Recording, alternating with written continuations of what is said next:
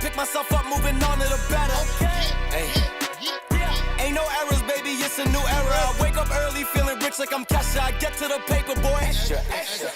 Work with me, you know that I got it. Come with me, let's take a trip to the islands. We up on the jet, we'll do more than just fly on it. Stand on that hill, you gon' die on it.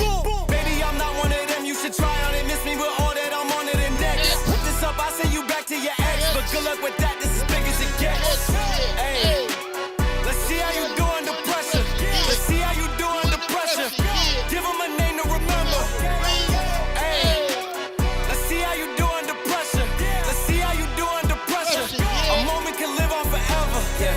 Oh, shoot. They don't let me shoot a whole clip. Firepower in this coalition. We just turned the field into a demolition. It was desolate, but I had premonition. I was training for war, every exhibition, every extra mission, every enemy listening. Get off my dick, I got bad intentions. Make it right every wrong, and I'm back with a vengeance. I show you the ropes. Peace in my town, I can show you the coast. Up in the shots if they wanted to smoke.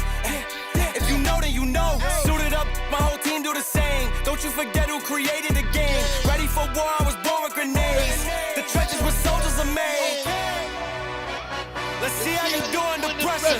Let's see how you do under pressure. Give them a name to remember. Hey, let's see how you do under pressure. Let's see how you do under pressure. A moment can live on forever. Let's see how you do under pressure. Let's see how you do under pressure. Give them a name to remember. Hey, let's see how you do under pressure. Let's see how you do under pressure. A moment can live on forever.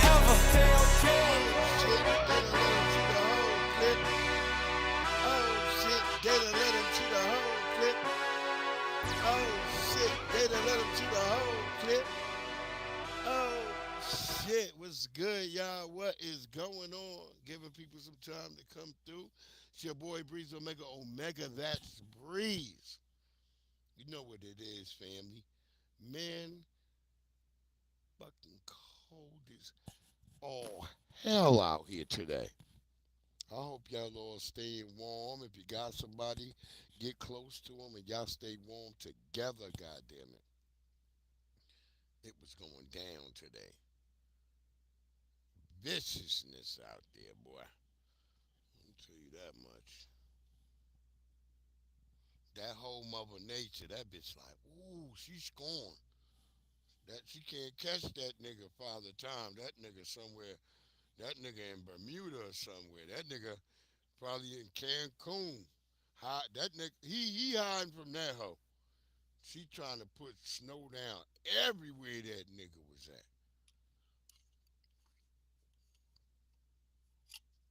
Flooding all over the place. I'm gonna tell you, I walked yesterday, and the grass outside, it felt like I was walking on like a sponge. Every time you stepped, there was a whole bunch of water coming up out of it. Man, we don't know how close we are all to a damn disaster, because we don't know what the hell they let these Mexicans do around here when we be thinking like, oh, Mexicans work so hard. Fuck out of here. Not from the shit I see. Some of y'all can say that you agree with that, but I don't. Because I ain't never had no Mexican or no immigrant outwork me ever. I've never seen them out. They've never outworked me. Maybe they outwork some of y'all. But shit, they ain't never outworked me. They be crying and shit. They be like, please, you working too hard. It's too much. They don't like that shit.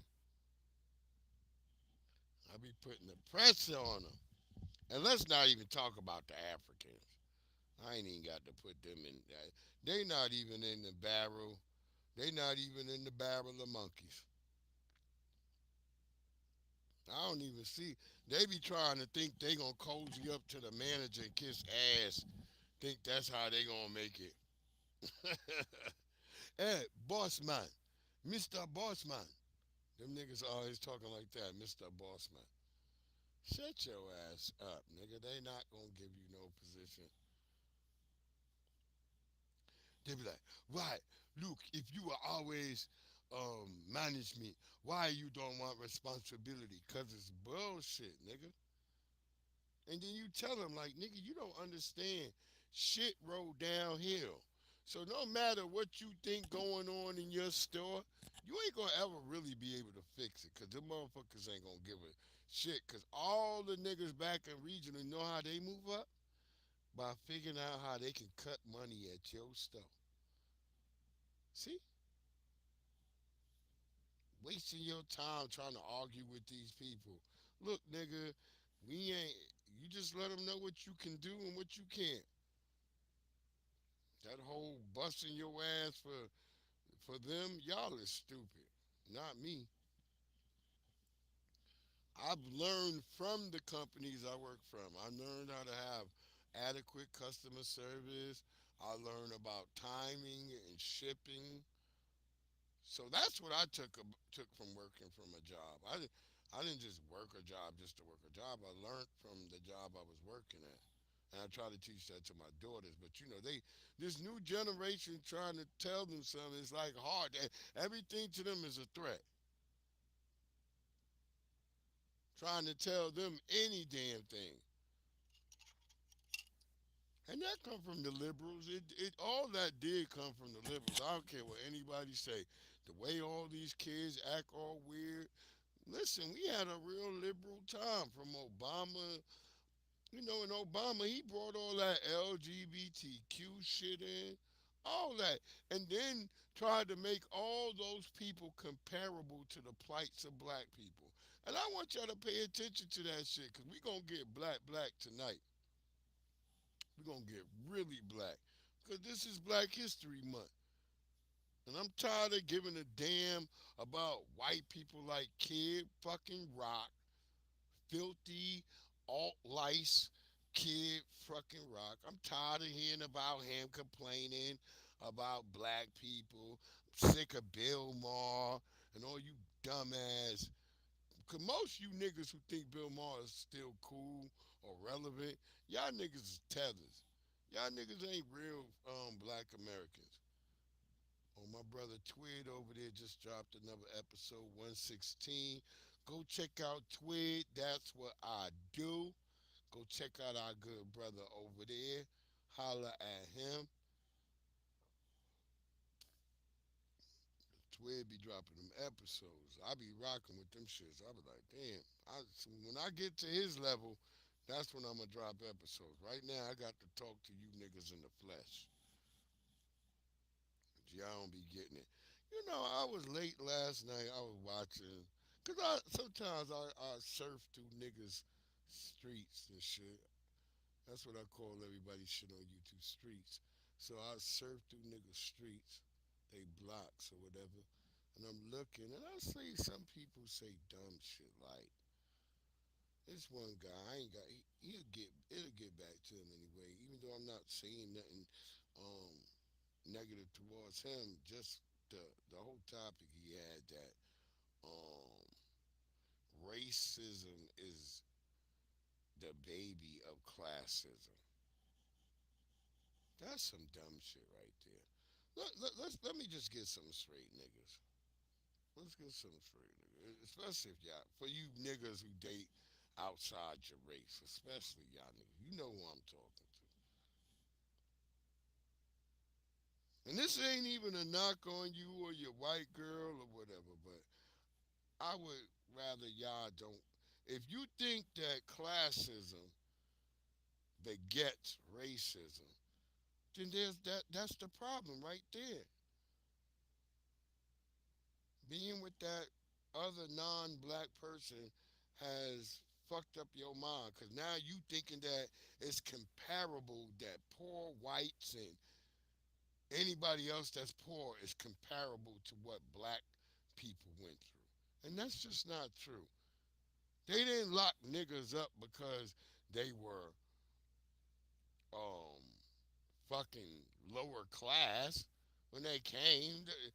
Some of these black people here that were already here, there were black people already here, they were kings and stuff. What happened is they made being black a crime for you slow minded niggas.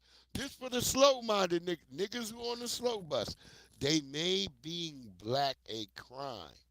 It's well documented that there were already black people here.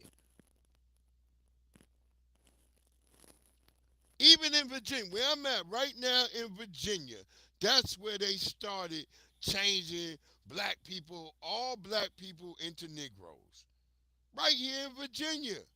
It was a white man.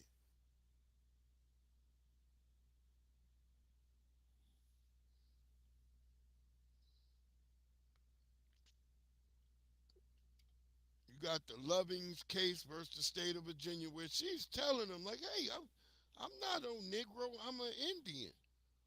She's showing her papers. But there was a white guy, he started around here in Virginia. That nigga, if he saw people's images of their face, he immediately turned you into a nigga. He was just like, oh, this nigga black? Oh, no, hell no, you not no Indian to me. It's a white guy. He made a lot of white Indians. He's the progenitor, something Plessy. I'm a bring his fucking name up. It was Loving versus Plessy, because I think his name was Jared Plessy or something like that. I gotta look that up again, but I'm gonna make sure I have it for the next show because I ain't gonna sit here and do it right now. But he sat there and he was making white people Indians. He was making all types of white folks Indians. Yeah, it started out here in Virginia. That's why I always tell people Virginia is the state of racism. Nobody can tell me y'all always talking about Virginia is for lovers. No, Virginia is for racists, nigga. You got to come out here to understand it. It's a sick kind of racism too. A lot of niggas, a lot of niggas out here comfortable. It's a swirl capital out here. And all the niggas who be swirling be doing the same old crying because it never worked with them white girls. They always run off on them. Very few Negroes have been able to have a white girl that was a real a rider. And guess what happened to those white chicks? The universe X'd them out like, look, bitch, you gotta go. You making this nigga too great. That the universe will X a white bitch out like that. It was just like, look, that bitch got to go. Because the universe itself is racist. Y'all like, wait, what? The universe? Yes.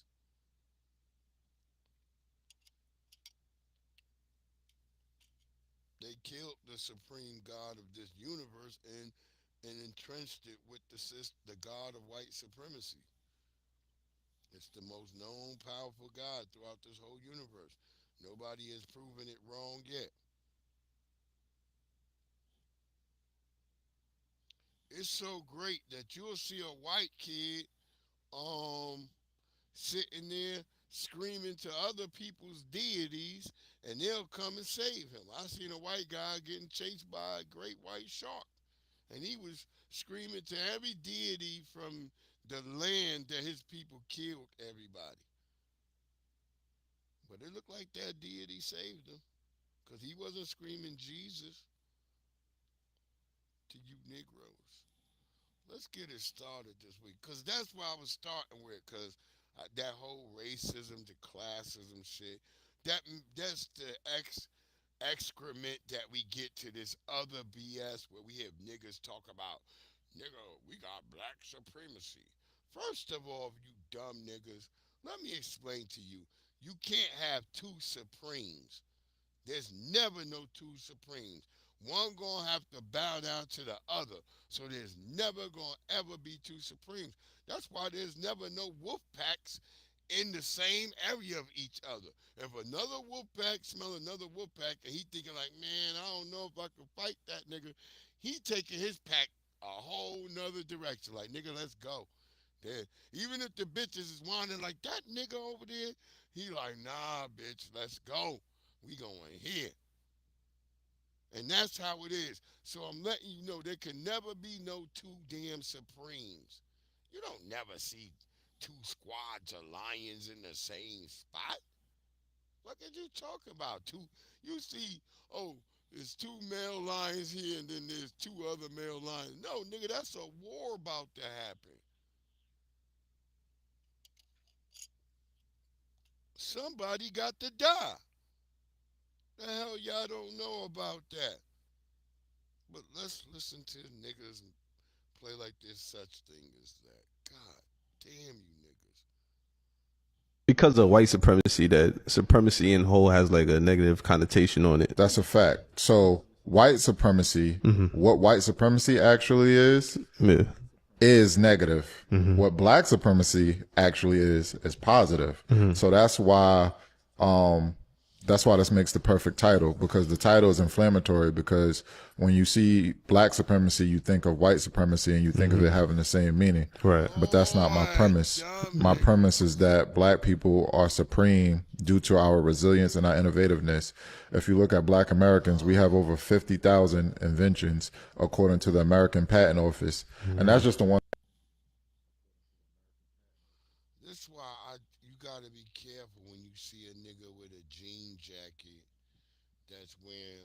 Is that the Sherpa lining or the goat lining? I don't know, but just be wary of a nigga who talk like that. And he got two earrings. I never trust niggas with earrings.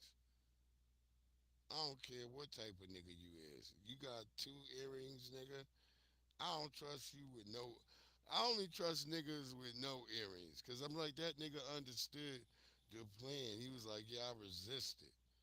And that's just the ones they counted. Right. They didn't count a lot of our inventions because they said that we were property. Yeah, they said that we were property, and they said that, property can't claim, a patent. Right. So a lot of white slave masters would claim the inventions of black people, and we still get credited with 50,000. That's the whole premise of the book. Black people have been resilient. We've overcome so much, and we've still contributed so much to society. But I wish our brother would get rid of that term, because the white supremacists, they like to eat that up. What up, DJ Jekko? There's no such thing as no damn black supremacy. We're not supreme over anyone. We don't even have no system of that sort. So I would rather our brother cast that system off. You know, don't use that. What up, DJ Jekyll? Yo, if y'all want the greatest GTA gamer of all time, who makes he make it look easy, man. I be mad at Jekyll. I be like, I can't play with Jekyll because he just doing so good over there. We just doing so good. Y'all go check out my man DJ Jekyll. Especially y'all check out his YouTube. He got real good funny YouTube channel. He be getting them all them hacks and everybody that be tripping. What up, man? I appreciate you. Shit, I'm letting them all know, people that come through that catch it on the flip side or whatever. This you got some of the greatest tips in gaming over there. They need to go over there. Anything you need to know, DJ Jekyll can show y'all. And go check out his shorts. He got really good shorts. You know that, Jekyll? You the homie. I gotta get back over there with you. I gotta get back on. I'm gonna get back on there though. I ain't had much time. I've been going around to colleges and shit. That should be tiring. You like, yo, wait, we got another college to go this week? Yeah, we doing it slow and steady, wins the race. We hope it. But we coming up. We coming up. I appreciate you, brother. Oh, I got some new shit coming. That shit really pumped the needle. I got a whole bunch of new shit. I got my new setup I'm about to have, and I'm about to attach my game shit. I just wanted to wait till I got the new Xbox. I didn't want to put the old Xbox on there. Yeah, hella busy. Well, shit, we had inventory. I had inventory and shit.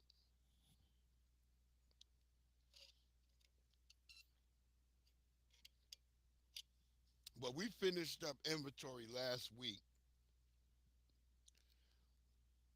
Then I had a new manager come in today, so I had to talk to him all damn day to explain to him, because I was just a temporary motherfucker. I was just temporary. But I'm glad he there, because I'm like, shit. Yeah, the internet, I had to let his ass know the internet was down. He had to come into a store to know that he can't even do nothing. I felt sad for him. I was like, I told him, I was like, I hope he finds somebody else to do the schedule, because I'm tired of doing the schedule. Motherfuckers hate me. I try to do the best schedule, but they hate me. I told people I even put myself in the middle of the fucking day so I can cover people from the morning to just before we about to be in the evening. They don't like it. They don't like it, bro. But yeah, I don't want to hear that old black supremacy bullshit. But, to each their own, god damn it. To each their own. Did y'all see that ASAP Rocky lawyer was getting yelled at? That judge, first the prosecutor said that the dude that they was dealing with, he could beat up ASAP Rocky. Then ASAP Rocky lawyer got into an argument with the judge, and the judge started yelling. This was crazy. It's reckless over there. I don't know what's going on. I'm not certain if they had handed down the sentencing yet. I was trying to figure that shit out earlier. But check this Lower out. your voice and don't yell at me. I told you before. I'll listen to what you say. Speak in a normal tone of voice. You, in your rebuttal argument, you can say it wasn't extortion. You can address it. They accept the fact that you committed perjury. I'm not saying they support it, but they accept that witness committed perjury. They have to. Let me finish. There's no other way for them to move forward unless they say that wasn't perjury, but it was because he said that was fake. We know that wasn't fake. That was perjury. So it literally asked for a stipulation in front of the jury that he knew was not true or didn't know if it was true. And that's unethical. That's unethical. And this is a guy who, of the Ninth Circuit, just said lie to a jury in the Branson case. Your Honor, So Your how Honor, do I Your hear Honor. about him? One more thing out of him, and we air everything that's happened in this case, which the court's aware of. Stop. He might want to stop. I'm so threatened. You should be, Joe. Oh, yeah. Let's take a break. You should be. Tell the court to hold down for a while. I don't know. I hope you don't go, man. But yeah, that prosecutor, he was talking shit to old bro right there. That's why he dripping with sweat like that. That's some manly shit going on right there. You gotta explain that to some people today, cause they don't know nothing about manly shit. My niggas they about to squabble up. He was like, ASAP Rocky for a minute was looking like, oh, this thing he about to get me shipped up the river. But hopefully, man. Hopefully, yo. And we know a lot of people was mad at Kendrick Lamar. I'm like, and then people kept making like like I was thought that was the funniest thing when they kept saying, yeah, he was looking at Trump. I was like, no, Trump wasn't even nowhere in the area where Kendrick Lamar was looking. People kept trying to make this whole thing that Kendrick Lamar stared at Trump. No, Trump was nowhere in the area where Kendrick Lamar was looking. He was looking at the crowd. It had nothing to do with no Trump. Remember, they've been preparing this months in advance. They have no idea. Trump just president. November, December, January. They ain't got time to be thinking about no damn Trump. But people like to make all types of shit out like, oh, no. It's Black History fucking month. What part of that y'all didn't get right there? That's the whole damn thing. That's the problem y'all don't seem to get. Cause you're so used to having Justin Timberlake's pulling down Janet's fucking bra. Other bullshit where you can't even understand. Because if you would have had Lil Wayne up there, he would have been drugged up or whatever. He'd been singing like that. He'd have been like that. Y'all would have been like, okay, cool. We like that. You would have want that for your kids? The hell with Kid Rock. When has Kid Rock made a good song? I'll wait. I don't even know what the hell Kid Rock talking about.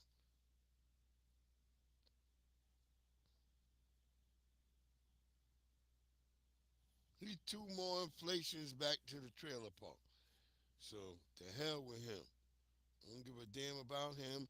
And Bill Maher, whatever, you'll be back down on the stroll, chasing down these African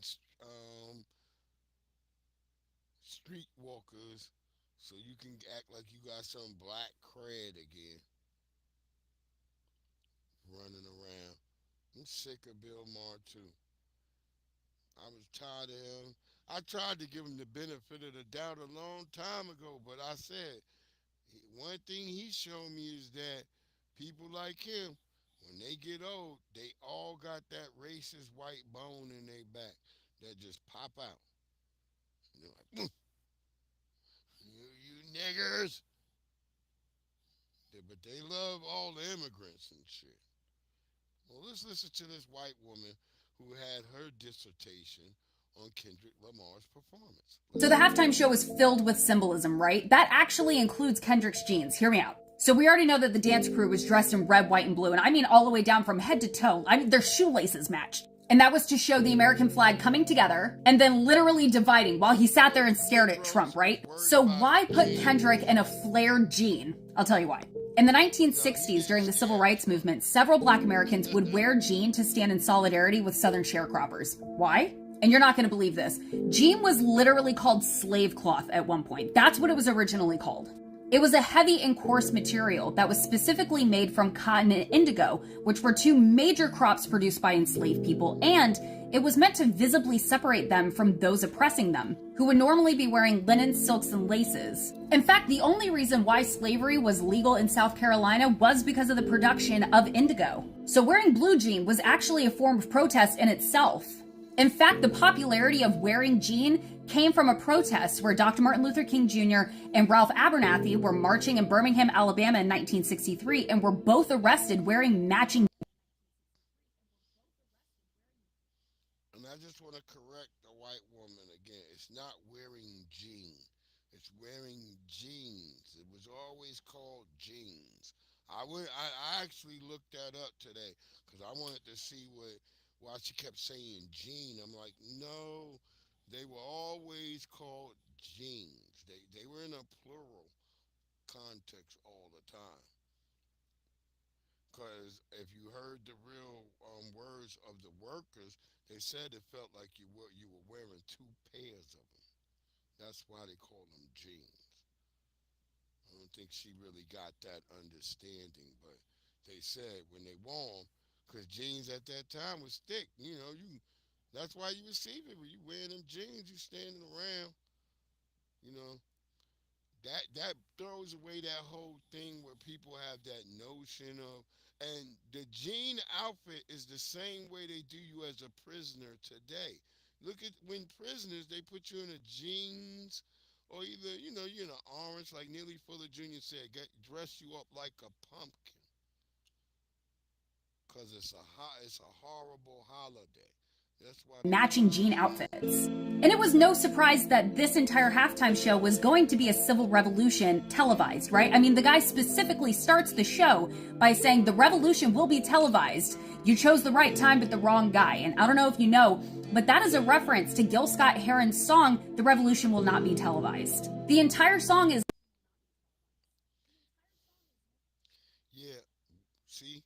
I guess like this, she's really explaining to white people. So I've been trying to post it to like Facebook and places like, cause like on Facebook, a lot of white people follow me over there.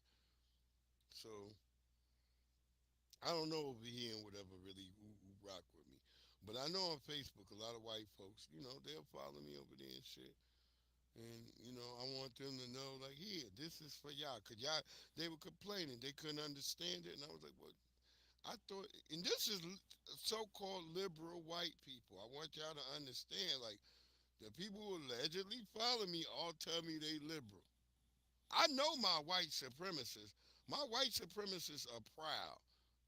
That's why I always give kudos, because they always talking shit. The white supremacists, they stay on deck.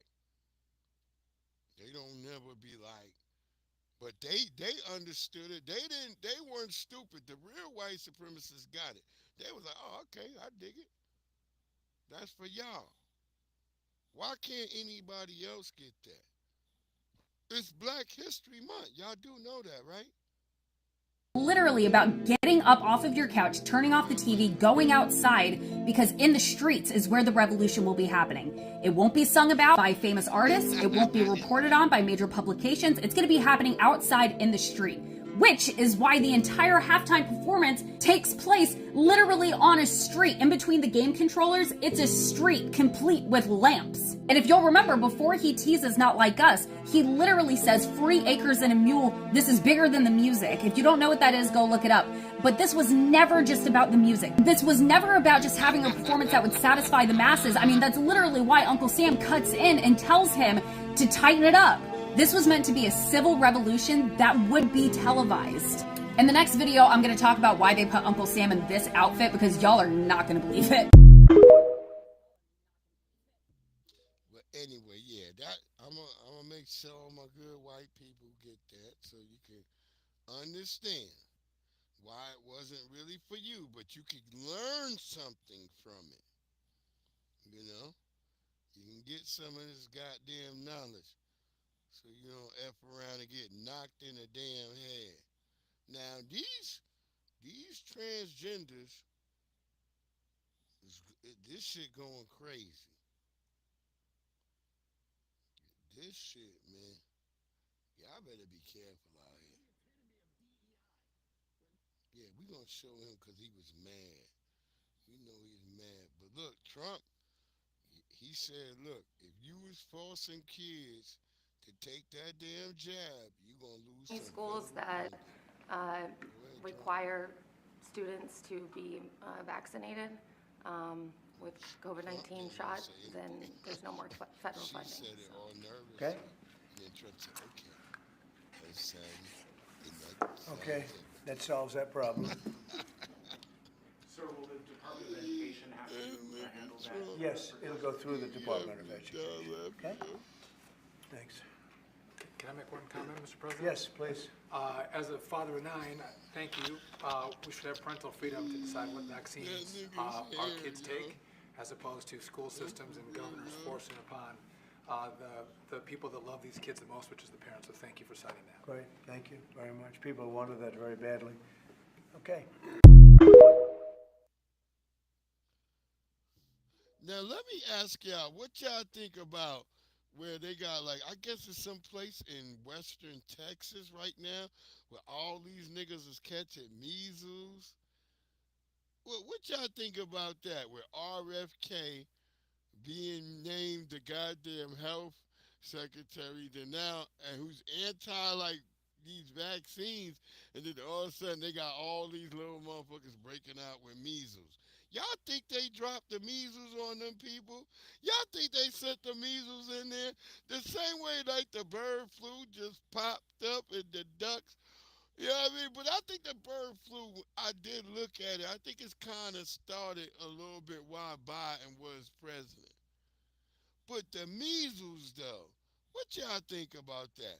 Do y'all think that they put some kids over there with the measles to get it spreading? Because I was watching today, they were saying, well, on the news, they said it was like 40 to 60 people. Then they said, well, really, they think it's more like 600 people, and ain't nobody else really like reporting it.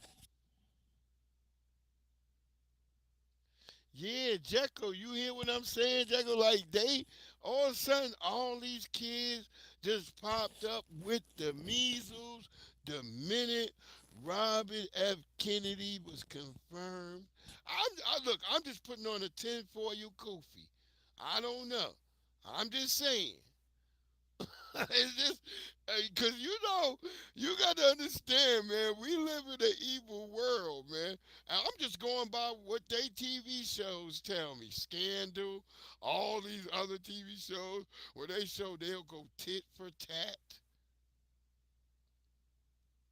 Fat Nuggets, you said it can happen. See, there you go. Fat Nuggets said it can happen.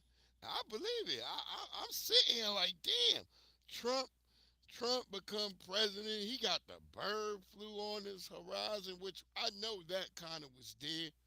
Because I was like, yeah, that's on the peripheral. But for them to make it like he could do something, because they're angry, like, oh, egg price is so high. It's like, what can Trump do really right now? As Trump said, like, what? You want me to lay a golden egg? That was funny when Trump said that. That was funny as shit. Trump be funny as hell. Yo, I don't know what hate they trying to spread, but hold on.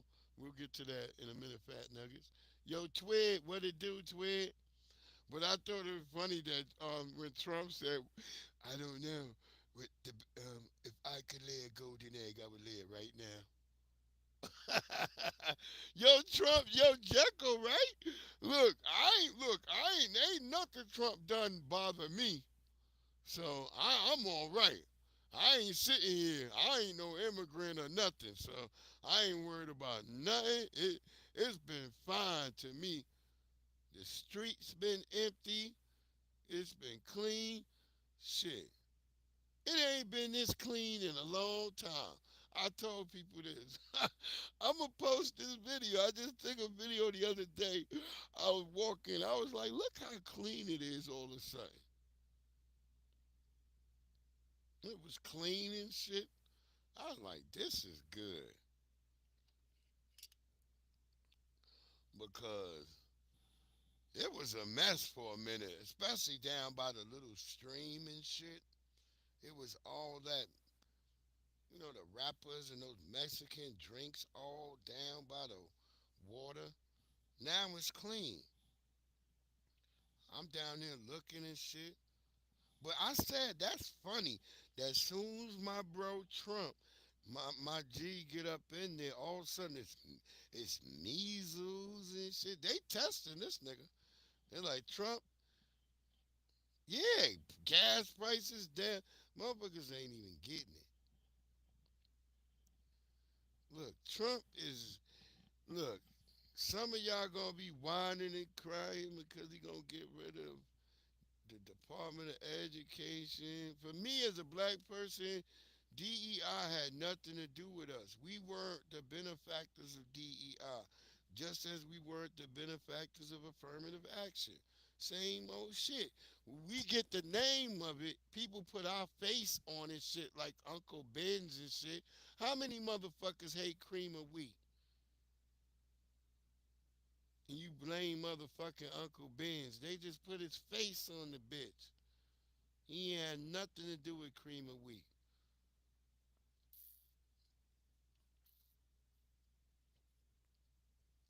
I know motherfuckers who hate cream of wheat.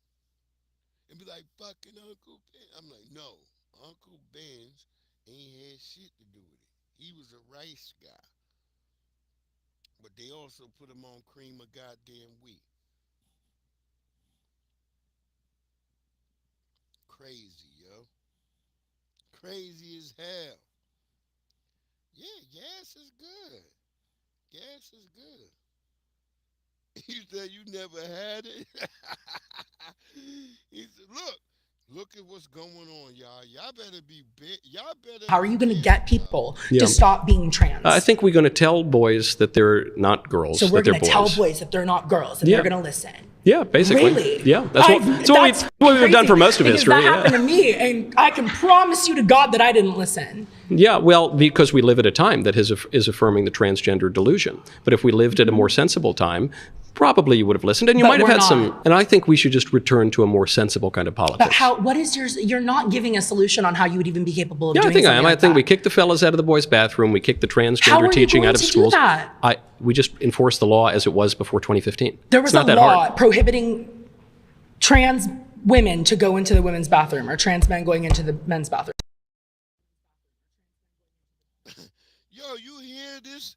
This, whatever it is, it said it didn't know that if you was a man, you couldn't go in women's bathrooms.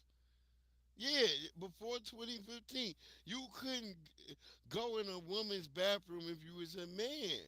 But under Barack Obama and all of them, yeah, he's just stating the damn facts. Like, look, I'm not trying to look. Wherever the hell you is, maybe they might have to spend more money and make more bathrooms for you guys. I don't know.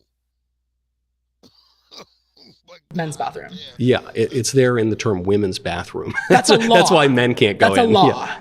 Yes, there are all sorts of laws against public indecency, for one, against men going into women's sports leagues. There are all sorts of regulations against that, or at least there were until recently. We did not have established in public life transgenderism until very, very recently. That's not true. That's That's not true. What about the two-spirited people? What is the two-spirited people? In the indigenous community, they are, I don't want to get into semantics, but I know that the fact is that there has always been trans people. Do you know where the phrase two-spirited came from? I don't. Please enlighten me. It came from the third annual Intertribal Native American First Nations Gay and Lesbian Americans Conference in 1990. And the woman who coined that term... I just don't think that that's true. It's true. The woman who coined that term admitted... again, hold on. Let me you're just finish my point on this. The woman who coined that term, Maya Laramie, admitted somewhat recently... Twig, you ain't lying. This what I'm trying to say. This what the Democrats... Look, I just watched the thing where they was asking them, who's a masculine man in the Democratic Party? Charlie said, this is too much. Look, this is what's going on. Y'all got to act... Look, wait, hold on. It's going to get dangerous. It's going to be like how what's the dude from NBC? He's out there in a goddamn, they got a camp or something. It's a prison for ISIS fighters, and then they got babies and shit. No, he's getting triggered. DJ Jekyll, don't try to compromise for him so you cannot get in trouble on your channel. God damn it. That's a dude. But anyway, yeah, I'm gonna show you that guy too. He's out there. I didn't even know this shit. They have a whole prison camp, but like it's outside for the ISIS people, and the kids is throwing rocks. Yo, this shit is wild. You've never seen. Look, I'll say this: whatever the hell happened to us black people in this country, you have never fucking seen that. Oh, Jekko, this gonna be the wildest 4 years ever, my G. Y'all don't even know. This shit is in for a spin. Hey, look, I'm here for it. It's gonna be turned up. Look, hey, it's about time.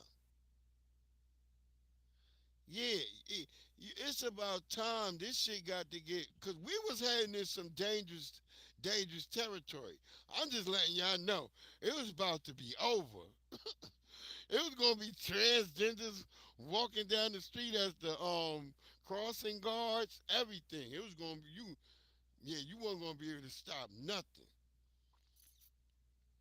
You know I haven't had to say he, them, they, none of that shit since Trump became president. And I haven't seen them people in my store. They used to come in there with fucking on what do you call it? Booty shorts and fucking mini skirts. These guys. It's dudes. Most hated bronze was good, brother. It was good, family. There, there were guys coming in there with their hairy ass fucking legs, dude. Word up. Y'all don't even get it, man. This is what's going on under Biden. We had to deal with it. They would get mad if we didn't look them in the eye.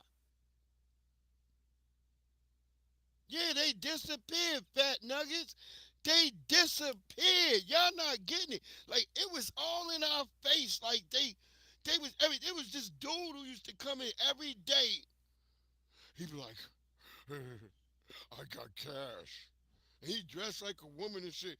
He was like, I got cash. I don't want to use those computers. I got cash. Because he didn't want to use the self-checkout. So he got cash all the damn time buying just a damn one t-shirt. I'm like, why are you just buying one t-shirt all the time? And he trying to look at you and shit. And I'm like, yo, I don't know who the hell this guy is. He's staring me in the face and shit, bro. I'm like, look, they got to get these people out of here.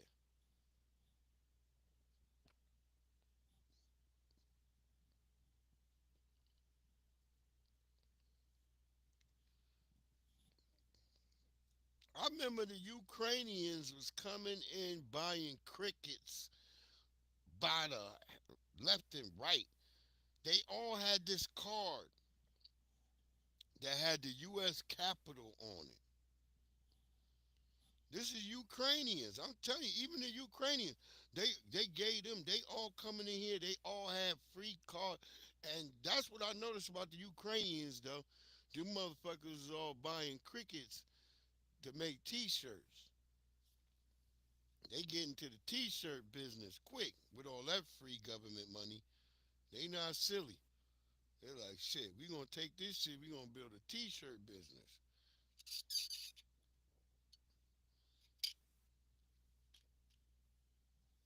I don't blame them. I don't blame them.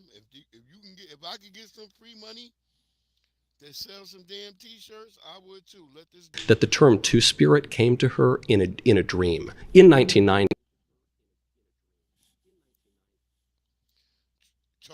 Charlie Weston, they brought cricket machines. You know the machines that you print t-shirts and stuff with. You stitch and print t-shirts. Yeah, that's what they bought. They was in Michael's Heavy. They buying these shits up. You know, cricket's like... Now, the Ojibwe Nation actually has translated this term. It's the niche Mani Duwag, but they translated it from the English in 1990. How you're capable of eradicating an entire percentage of people by setting laws, because people are I think you're choosing not to hear what I'm saying, because I'm saying we don't want to eradicate any people. We want to eradicate. But the other word is transgenderism, which is an ideology, not a group of people. I am a transgender person. You can't just you are skip a confused over that person, but you're not, babe. I'm so secure in myself, and there's other women in this room that are also trans, have been trans for 20 plus years, 7 years, babe, that know exactly what they're doing. You're confused because it's not possible for a man to become a woman. How are you capable of looking at somebody without knowing their bodily autonomy, knowing anything that's going on with their medical history, anything, because I know nothing about I know the me. basics of human nature. You know nothing about. Yo, he just smoking him, he, she, they, whatever the goddamn, he's smoking it. He's like, look, cause I know you can't become a woman. You can't ever bear children. Your chromosomes. And just because you want to steal another woman's ovaries, we not going to let that happen. We anti all that. The hell with that. That's why I told people I'm against AI. About me. I know that you're a human. And I know a little bit about human nature. And I know that a boy can't become a girl. So that's what I know. Does anybody want to take over?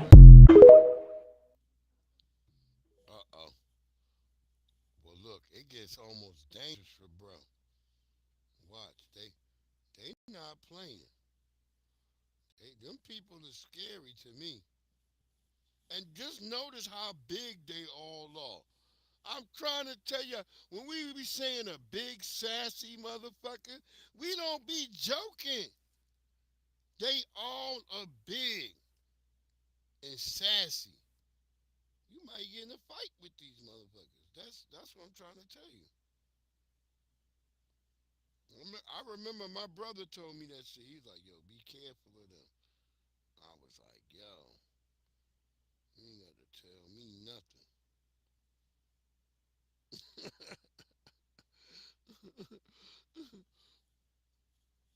they they gonna hunt this dude down though. They gonna hunt him down. I told him, I was like, is he not paying attention to how big they are? He gonna have to walk around with an axe. he gonna have to fight them like he fighting a damn predator. Yeah. And then once again, they're white people. Stop using the term DEI for black people. We DEI had nothing to do with black people. You know, of all the people that was incorporated in the whole DEI scam, 4% were black people.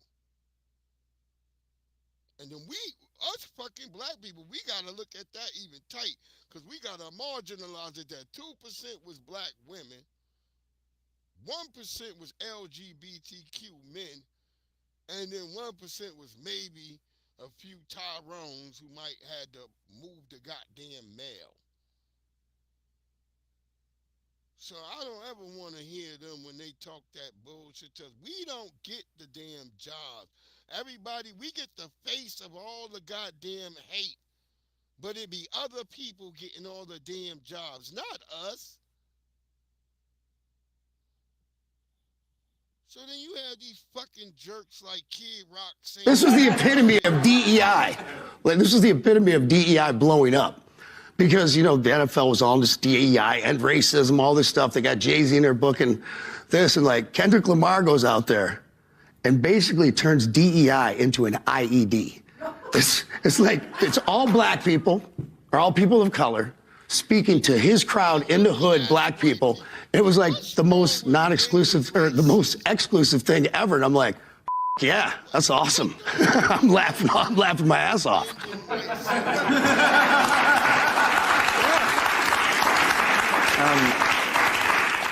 What the hell is wrong with ending racism, goddammit? Kid Rock. He look like he drunk right goddamn now. You know the stories I come out and I hear from black people in Detroit who was in the neighborhood where he lived, who said they used to look out for his filthy little ass. How dare you? DEI, diversity, equity, and inclusion, has never included black Americans. So the hell with all y'all talking at. As I've said, it's 4% of Negroes who squeezed in through that bullshit. And then I'ma say again, as we look at that 4%, we say 2% of black American women allegedly, 1% men, 1% LGBTQ people. But at the second look, you look again, those weren't even real black people. They was fucking Caribbeans and Africans cosplaying as niggas. And we the ones taking all the goddamn heat. But yet we ain't get no power. The same way we ended up with Barack Obama. Barack Obama ain't no foundational black American. Barack Obama is from Kenya. He has no relations to us. That's why he couldn't relate to us. When Freddie Gray got killed, he was up there yelling at us like the white people was. Of course there was no calm down. We had a non-foundational black American. So we've never had a black American president in this country. So y'all can miss me with this shit. You had a guy who was black, he was melanated, but he was not a black person from this country. He did not come from chattel slavery. That's why Barack Obama, who we see him now doing moist stuff, he spent most of his time focused helping the LGBT community. Whatever. I'm not hating on y'all. Y'all got y'all lick. You got your motherfucking lick. But stop acting like your shit is comparable to what black people had to go through. That's all I'm gonna say.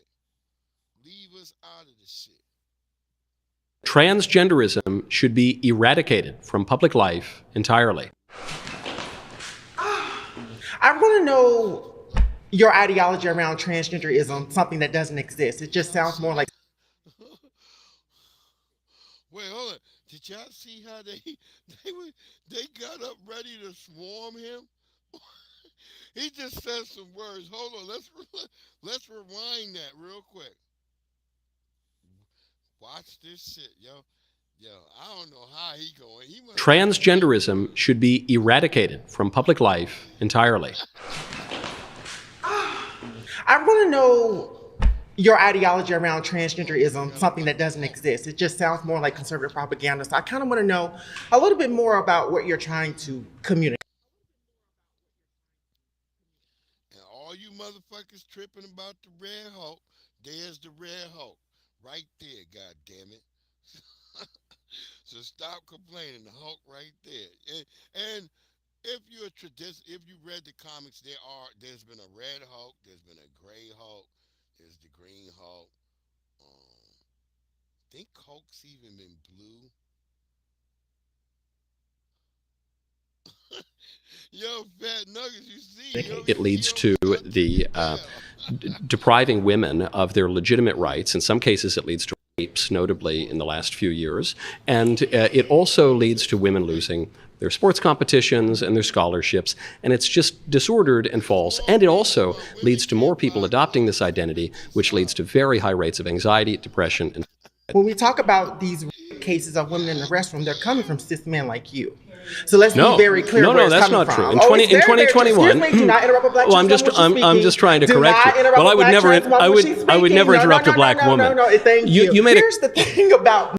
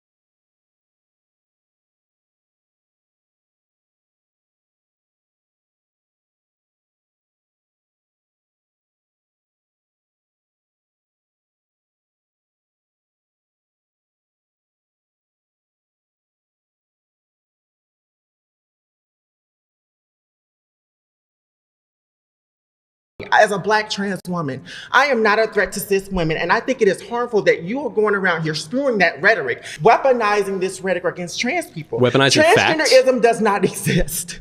We as trans people exist. We are 1% of the population, and there is a lot of power in the trans identity because you are sitting here spewing something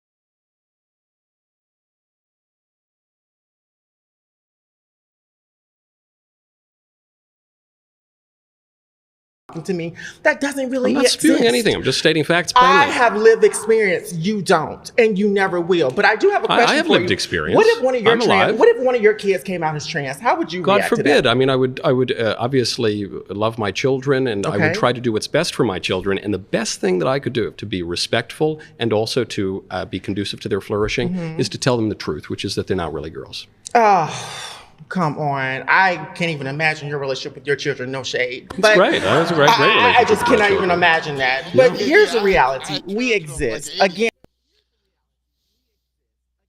Wait, I was just saying, like, how this motherfucker sitting up here with these goddamn pants. That's why everybody think Kendrick Lamar pants is a woman pants. I'm like, no, Kendrick Lamar pants is representative of the pants of what the freedom fighters wore back during the 60s and 65.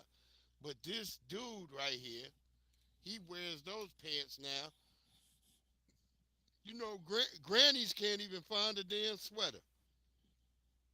Because he wear, you see why women don't got clothes that they can find no more. It used to be worse because they only had to compete with fat chicks. Now it's all these dudes now. You got a motherfucker with a size 12 foot trying to fit his foot in a size 6 pump. He like, and then you go to try to put your feet in it. You like, why it's got all those knuckle prints? And women, it's your damn fault because y'all let this shit happen. Y'all let this shit happen. Do not blame men. People like you do not have the intellectual capacity to hold conversations like this because in a minute you're going to reduce this down to genitalia and then we're going to have to shift this somewhere else because obviously No, people in a like minute. you, that's where. See how they keep, now you're going to bring it to genitalia. They get into the gutter. They, like, what the fuck? He's telling you, like, you not, now you're talking about, like, because you don't have this thing. He didn't even say that. In a minute, what I'm going to do is correct something you said. When you said that the rapes that have occurred in these bathrooms are cis men. White cis men, I should say, actually. That isn't true. Loudoun County, 2021, the big case that actually ended up flipping the state was because there was. And that's where I live, Loudoun County, Virginia. That's where I live. There was a transgender white boy who, well, they called him a girl, but he was, I don't know how he was raping young women in the bathroom. Yeah, that happened out here in Loudoun County, Virginia, right where I live. I live right out here. And it was happening, everything. My daughter said she's seen him. She's like, she's seen him. She said, I did not go in the bathroom when he was there. They say he would be just stalking the bathroom. A boy who wore a skirt went into the girl's bathroom and raped a girl in a particularly hideous way. And do you know what happened? Hold on, don't cut me off. You said you wouldn't. A cis boy. He was but it was wearing, not a trans woman. Oh, it was not a trans woman. I thought you said you weren't going to cut me off. It was not a trans woman. I thought and you. that is that. Now that trans thing is lying because that white boy claimed trans. He claimed that he was trans. That's why this thing doesn't understand. The whole case, it was still going on because he was saying he was trans. And I'm trying to tell y'all, I believe the motherfucker was coming in my store, dressed in a big giant miniskirt with his big old hairy legs. I believe that was the same dude. He looked like the motherfucker in the pictures. That's the goo goo gaga. That's the goo goo gaga. It was not a trans woman. All y'all do is go back to cis boys. You're always talking about cis boys. I don't understand the fascination with trans bodies and what's happening in the bathroom. It is mostly happening. I think you're filibustering because you don't want me to tell you what happened in the bathroom. Who? Me. I think you're filibustering child, me. No. I think that you're distracting from the fact that a boy wearing a skirt in a girl's bathroom raped a girl. But not a trans woman. Well, there's no such thing as a trans woman. Oh yes, it is. You're looking at one right now. I'm looking at. You're looking at me I'm right looking now. at a with lived experience. I'm looking with at a lived experience. You are looking at at a trans woman who has been transitioning for over 20 years, who Yeah. has lived experience. Yes, You're talking to an your activist here. But your You're identity talking to a is not debater here. grounded You're in talking to somebody reality. that's extreme. Oh, I am reality. I'm not really talking to In anyone your because you head, keep I'm not. talking over me. I'm not, but I am in reality. Yeah. I'm here in front of you right now to you. You're confused Because about your identity. No, you are confused I'm not at the fact that you don't really have any talking points right now because I'm then why aren't you letting me speak? You really don't. If I have nothing to say, Take me why on aren't you your letting show. me Put speak? me on your show. I- How about that? Then it would become How your about show, I that? think. Oh, yeah, I should have a show. I Yeah. should have a show. In But go ahead. 2018, there were 2 rapes in bathrooms, and one in Wisconsin, one in Georgia. From men, also cis because men, of the say it. transgender identity. But say it, cis men. If you're cis men. if you're going to describe a boy who wears a skirt and goes into Hold on, real quick before they end it. What is a cis man? What is that? Cause I be hearing that. I don't know what the hell that is. I see CIS. What the hell does that mean? Am I the only dumb person here? Cause I don't know what the hell that is. I'm like, wait. I'm just a man. Did they create? Because remember, these the same people who talk about they don't like living by labels, but they always create a girl's bathroom as a cis man. No, I didn't. No, you are. This is the example that you run to. Past that, you have nothing.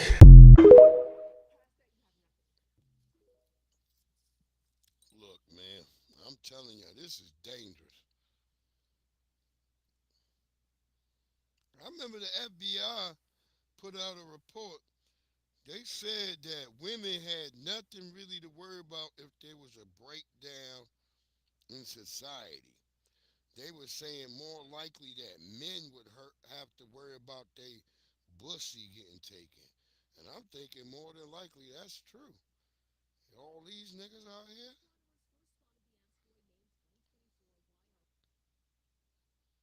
I'm thinking they true. They're like, oh yeah, we gonna get to that story too, cause we got to have that story. We can't just, we dealing with Black History Month.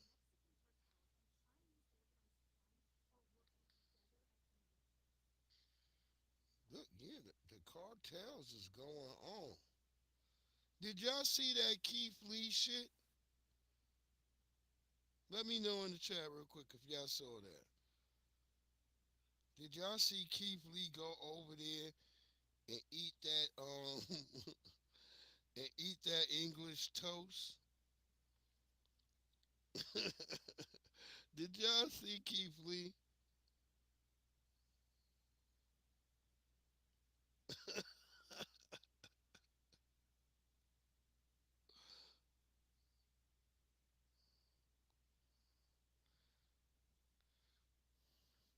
Cause him and his family, they over in England right now. England, y'all better get that motherfucking toast right, god damn it. I don't give a fuck if you in a hotel.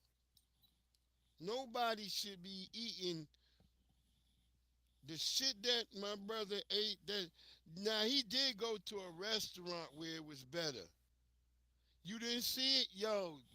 Y'all, hold on. Let me show you this shit real quick. Hold on. We gotta see Keith Lee in England. I'm like, come on, England. You know how people in America, we already talking shit about y'all food.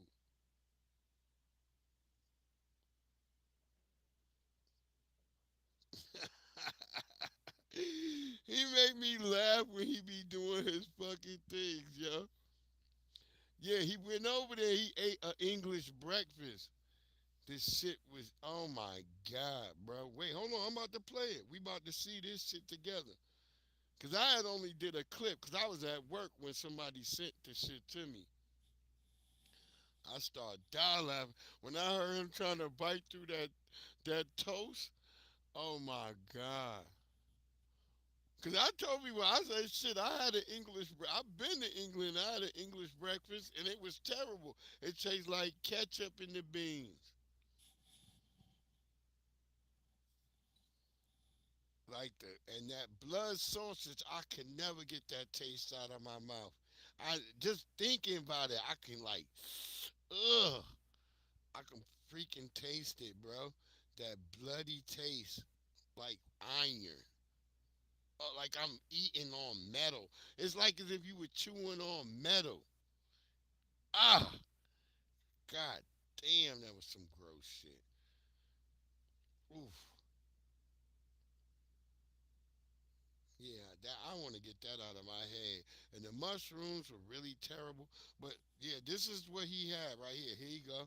Check Me and my them out. family are officially in London, and it's 10 o'clock in the morning, so the first thing we having is breakfast. I got it. Let's try it. And rate 1 through 10. We didn't spend anything because this is from the hotel. On top of being here for the food tour, we actually got invited by Netflix to come and watch behind the scenes of Bridgerton. So the first couple of days isn't technically food tour, but I'm gonna try and sneak in just what we eat. So under here is a full English breakfast. At first glance, to me, it looks like a normal breakfast, but the longer you look at it, the more things that I don't recognize start becoming apparent. So we got eggs, hash brown, sausage, a mushroom, bacon, beans, tomatoes, and black pudding or blood sausage. Then we got a bakery basket, Danish croissant, toast, orange juice, whole grain mustard, brown sauce, mayonnaise, and another brown sauce. Start with the eggs. It's like a soft scrambled egg. I love a soft scrambled egg. It's salted well. It's an egg. It's cooked very well in my opinion too. 6 out of 10. Hash brown.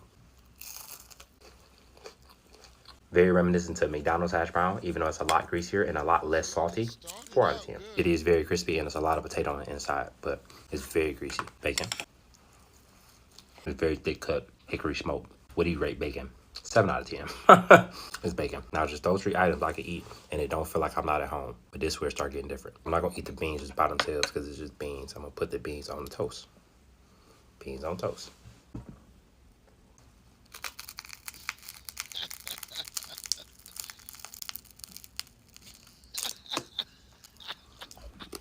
The bread is definitely stale. The tomatoes kind of taste like they were baked in ketchup, and a very like sweet ketchup too. It's very mushy. In my opinion, there's no flavor other than like I said, a sweet ketchup. No salt, no seasoning. In my opinion, this is extremely low. 1 out of 10. A mushroom. And as a mushroom lover, I'm not really sure this is what it's supposed to look like, or I'm just not familiar with type of mushroom this is. I normally wouldn't just bite into a mushroom by itself, so just to give a fair shake, I'm gonna eat it like with some combinations of other things. Some eggs, a little bite of hash brown, a little bacon. Just to be fair, this is what I would do at home, not mushroom. Oh, the hell is that?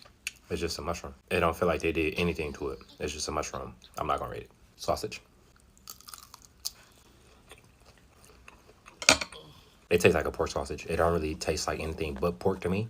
I was expecting like sage or some kind of herb because there are like speckles of herbs in here. But to me, I don't really taste anything but just pork. And I'm not a huge fan. 4 out of 10. Last but not least, the black pudding or blood sausage. According to Google, this typically contains blood, fat, cereal, and seasonings. I'm gonna go completely non-biased and I know this is something different. This is something new. I'm gonna just try it. Open-minded. And you still don't season no food. Yo, Jacko, I ain't eat that. Immediately tastes like blood. It tastes like iron. I've had liver and things that taste like iron, so it wasn't the iron taste that kind of threw me off. The chunks of other things is extremely unsettling for me. I fully understand that's a thing that people enjoy and it's an acquired taste, or it could be an acquired taste. I haven't acquired that taste by any means. I could be completely wrong, but I feel like this is kind of the equivalent to chitlins. Like how some people in some cultures really enjoy chitlins, and you can go to somebody's house in the South and they're gonna tear some chitlins up. But not everybody in America eat chitlins. I feel like this could be that. I feel like not everybody in England might eat that, but the people who do eat it really enjoy it. But for me, it's a 0 out of 10. I'm not gonna let this be my first impression of English food because again, it's hotel food. I'm still extremely optimistic of what this food tour holds, and I can't wait. God bless you. Have an amazing day. Y'all be safe. See, King Keith Lee still be, blessed up, so he gonna be nice about it. But he did the next day. He went to another spot. He actually made it to a spot, and the food was good. Yeah, I think they got a lot of 6 out of 10s. But that blood sausage, bro, I'm telling you, that is not for the faint of heart. It's made of blood, yo. Ugh. I tell people like, like if you eating liver, you can taste that irony taste a little bit if you've eaten liver before, like liver and onions. But that blood sauce is just too much. It's like way more concentrated. It's like you just rubbing your teeth over a loop, like iron, like you rubbing your teeth on iron. I told people, if you ever worked in a place where you had to touch a lot of fucking iron and metal, there's a real feeling you get from touching that. That shit is like not. You ain't supposed to be touching iron all day with your fucking hands.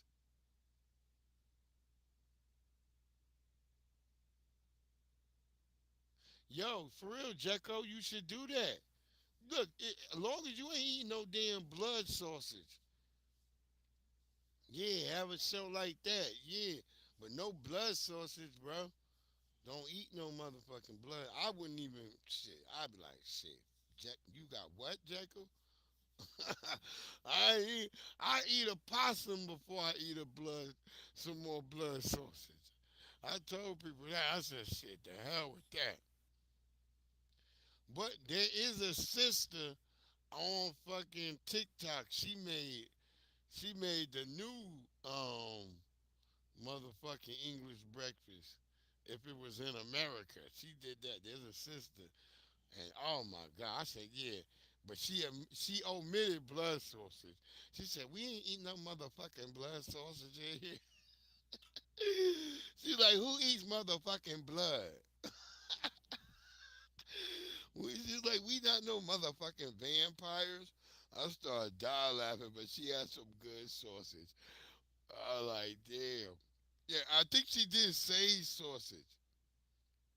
Yeah, she did some sage sausage. The eggs was good.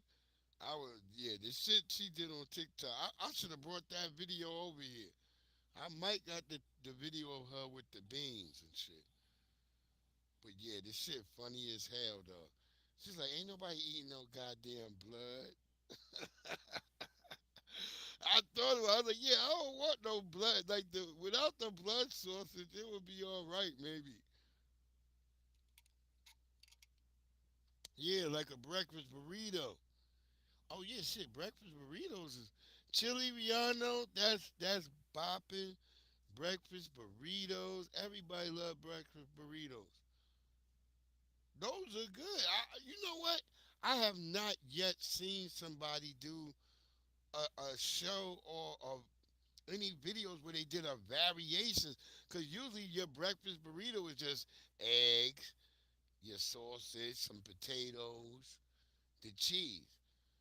I bet you could do a variation on breakfast burritos. Yo, bronze for sure, right? They fucking crazy. I ain't eating no fuck that blood. You can eat that blood sausage. I'm not eating that shit. You and your mama can have one of those. I ain't eating no blood sausage.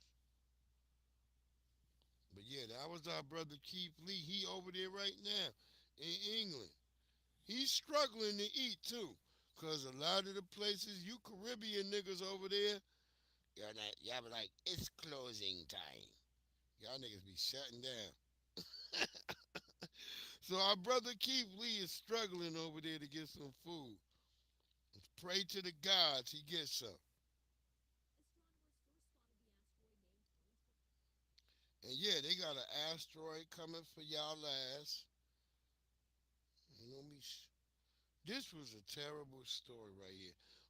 Family, especially black people, be careful. If you can call law enforcement, call law enforcement. But all people. Let me say this to everyone: be careful. Sometimes you might gotta just chalk it up to the game. I hope you got insurance on your shit, so let them steal whatever they want to steal, man. This is a new word. Not even a word to describe how nobody's living.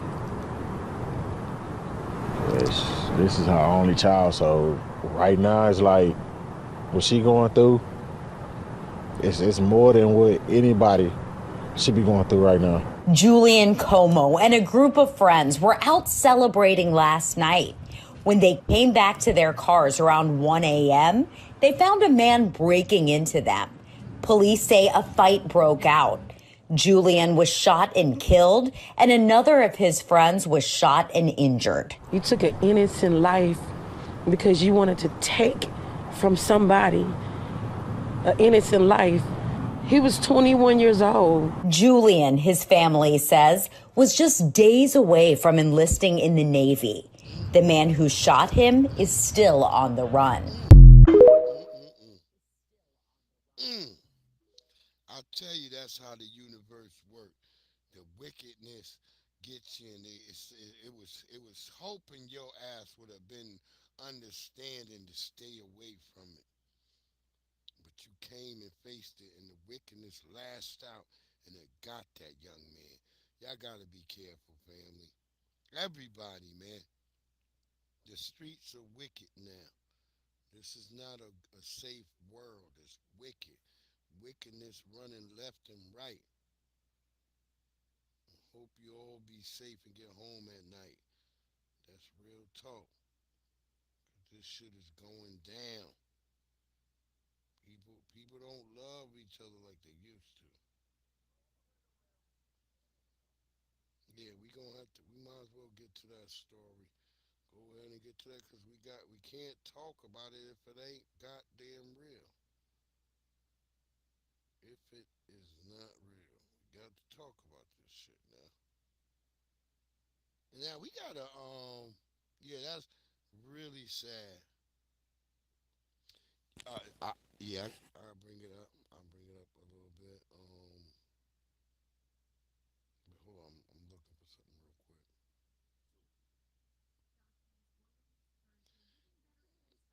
Yeah, that was crazy. Hold on, hold on. Yeah, cause like I told y'all, it's gonna get really black over here. But hold on.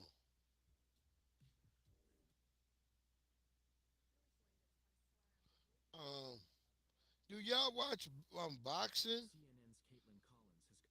Do any of y'all do any of y'all watch boxing? Okay, yeah. Um,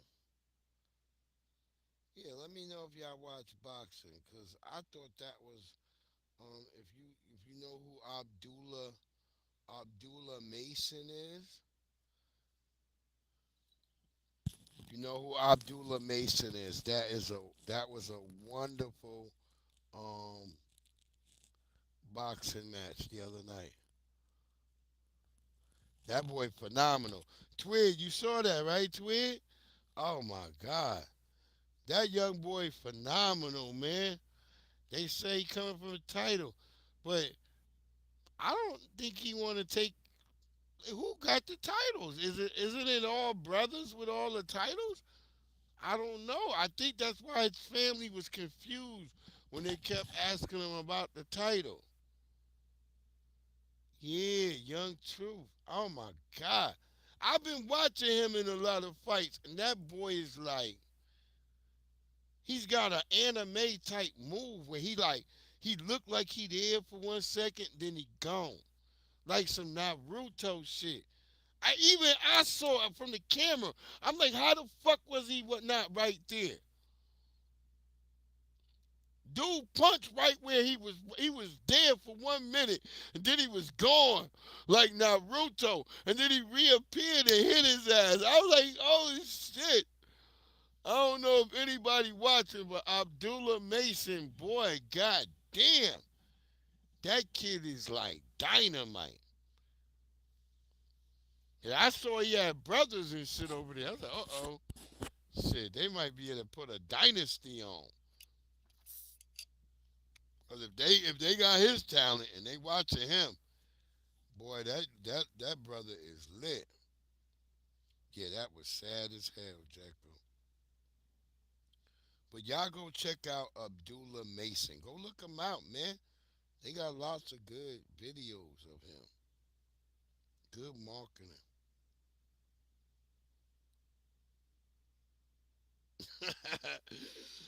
Is that why Umar's standing out in front of his school right now? Cause Umar been making videos the past couple of days. He's outside of the school. He's got that little ass FD MG. I don't know who built that, who made that sign. It looked like a nigga on YouTube, like a nigga who liked Dr. Umar made that and sent it to him. It's sitting up there. It's so little. Yeah, he's been standing outside of that school for like 3 days making videos. God damn you, Dr. Umar. I want my $200 Astronomers back, first nigga. spotted the asteroid named 2024 YR4 back in December. The sizable space rock stretching up to 330 feet long, at least the size of the Statue of Liberty, and big enough to do catastrophic damage on I said they better not tell niggas this shit really go ahead. That's why I was getting pissed at them keep ringing up the numbers. Like, oh, now it's at 2%. Like, shut the fuck up. You think these niggas is non-productive now? Tell them an asteroid coming. catastrophic damage on impact. We as a community have to decide how we move forward with that. After studying YR4's orbit and trajectory, scientists warned the asteroid could be on a path toward Earth with potential impact by 2032. Initially putting those odds low, now saying the chances have more than doubled from just 1% to 2.3%. The probability number is going to wiggle around a little bit. But experts say we shouldn't panic. How worried should we be right now? This is an object that merits tracking by astronomers, merits our attention, and that's simply what we're doing. So what could it look like if we hit rock bottom? Well, YR4 is about the same size as a meteorite that created the massive Barrier Crater in Arizona 50,000 years ago. In 1908, a similarly sized asteroid plunged into Earth's atmosphere before exploding over Siberia. Witnesses reported massive forest fires and millions of trees flattened for miles. At some point, a large asteroid killed the dinosaurs, but that kind of event only happens every few 100 million years. And the asteroid we're looking at right now would only cause very localized damage. In 2022, NASA successfully proved it could change the trajectory of an asteroid using a spacecraft called DART, something that could be useful if YR4 starts heading too close. For now, the massive space rock is traveling away from Earth. In April, telescopes will get their last chance to spot it until it comes back into view in 2028. So it's a race against the clock for experts to study its every move, because when YR4 is back in our sights, it could be too close for comfort. Like, niggas right there, nigga, what type of shit is that? God damn this. But we so technological, god damn it. That's the shit that be getting on my nerve. Wait, y'all niggas said instead they down here fighting and shit. Y'all better hurry up and make some of them spaceships from, what was that TV show? The Expanse. Get up there and make them shitty rocket looking battleships. Them shits was terrible. This is fucked. That's fucked up too, right there. I was gonna say that, like, that's fucked up. Now I think I'm gonna save those for Sunday, the Sunday gospel.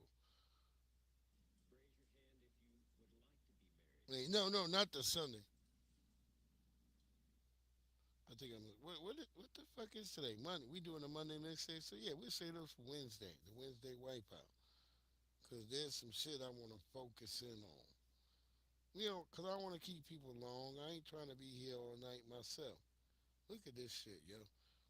So we're gonna focus on it, cause people like to play like, hey man, there's no such thing as fucking racism, dude. It's just you guys are fucking whining. You're fucking pulling the race card. Well, let's go with these segments, right? Close the window, ma'am. No, she's drunk. We're gonna make a long story short. She damaged our property. Her husband said he'll pay for it. As long as he pay for it, we ain't got no problem. Okay. Now, the other night, she came out the house with a gun on my children. We reported that. Now, tonight, she splashed up the cars. Now, he said he'll pay for it. There he is. And if he pay for it, like, hey, look, all right, we ain't got no problem. I was trying to settle her down because I can't think with all of the yelling going on. She just what she put on my car just now. Terroristic threats. Yeah, I told you the other night. She told us. Right here, Yeah, I see the scratching on that one. And right up here. She keyed my car.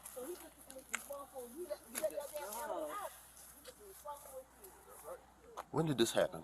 Last night. Last night? We opened the garage and seen him. Now, that boy husband, he said he'll pay for the damage. This our second time, the last time. As long as he write a check and pay for it, we good to go. And this right here is terroristic threats right here. That's a felony. I see that. You know what I'm saying? If she's not arrested for terroristic threats, then what? When she kills somebody, then y'all gonna sit there and say, "Oh, we didn't know." This the That's a second damn lie. time. You know. I will burn you. Just That's give me- what she threatened to put. I see it. Give me a second. Let me talk with him for a second and let my other officer get here on scene. Okay. What's going on with your wife? No, it's a mental health issue. That's as simple as that. She's been in the hospital for about a year. She's been out for the last 2.5 years.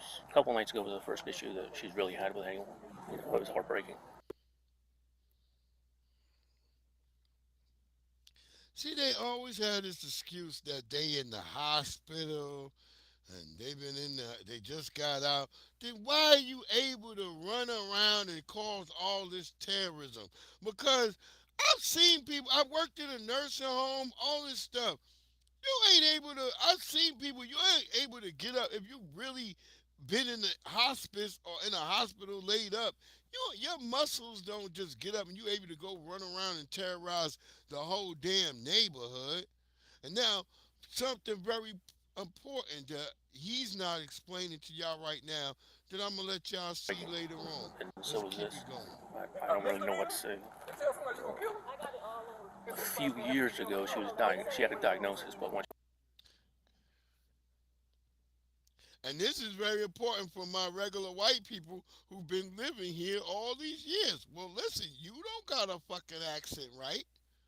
You don't got a fucking accent like you're from fucking Romania or from a place where fucking Vlad Tepes she live. didn't have a diagnosis. Okay. She's on probation right now.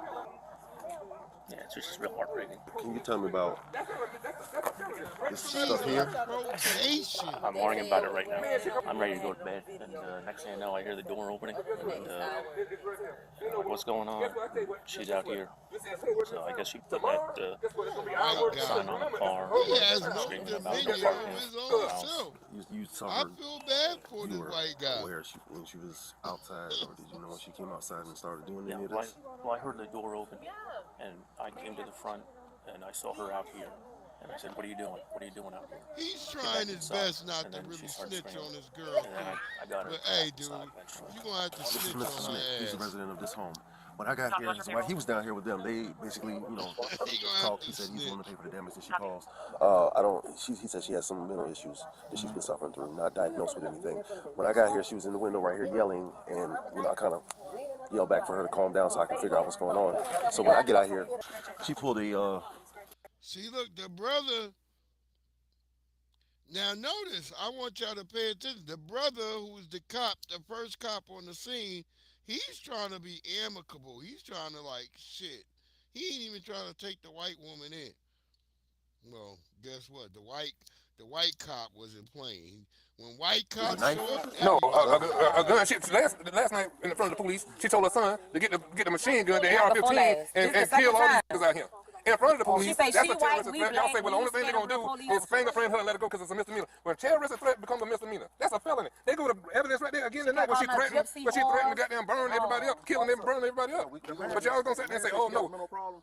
For my sister, So you got the note right here on the car. Because as you know, the car isn't in violation of anything. It's not blocking nobody's mailbox. It's not blocking nobody's driveway. So you got the note. She wrote this letter. Just now. These people was coming out and they caught her I doing know there this. was an issue between you guys. I don't remember when. It wasn't me. No, the other officers. What did they tell you guys exactly? They told us you wasn't here. They told us pretty much that it was known that she has a mental issue, that they cannot take her to jail because of COVID, that we did not have her on video with the gun or anything. They said there was no guns in the house, so they cannot do nothing. Said it's good that we just keep a paper trail on her, so if something does happen, then y'all already know that we have been calling. look like he took something and cracked my top right there. As long as he pay for my stuff, I ain't got no problem. What do you estimate this damage is going to come to? This top probably $900. Okay. Now over here, to paint the side of this car, you know they got to paint the whole side of this car. This a new car. He's probably looking at maybe $3,000 right there. I don't know. And I don't Did know. she do anything else to the car? I don't know because it's black. Yes. She scratched the car right here. You can see Daddy, you was trying to light. What you think it is to fix this up? Because they're going to have to paint, they're going to have to paint this whole door and over here. You're probably looking at about $2,000. I don't know. And watch how she's trying to tell. Yeah, this is what happened. You have the scratches here. They say this was done last night. He estimated this is going to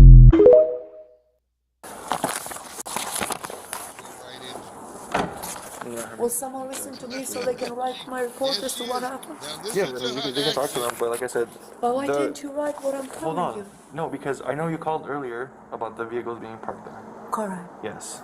So nobody was parked in the driveway, man. Everybody. Now notice, there's a white cop got her now. She's immediately pleading to the white cop like, why didn't you take down what I said? She's talking vampire talk, cause she's got like a Romanian accent or something, and she's immediately up here, and she still don't get it that she was in the damn wrong. And this is what I'm trying to say. These people come from these other countries.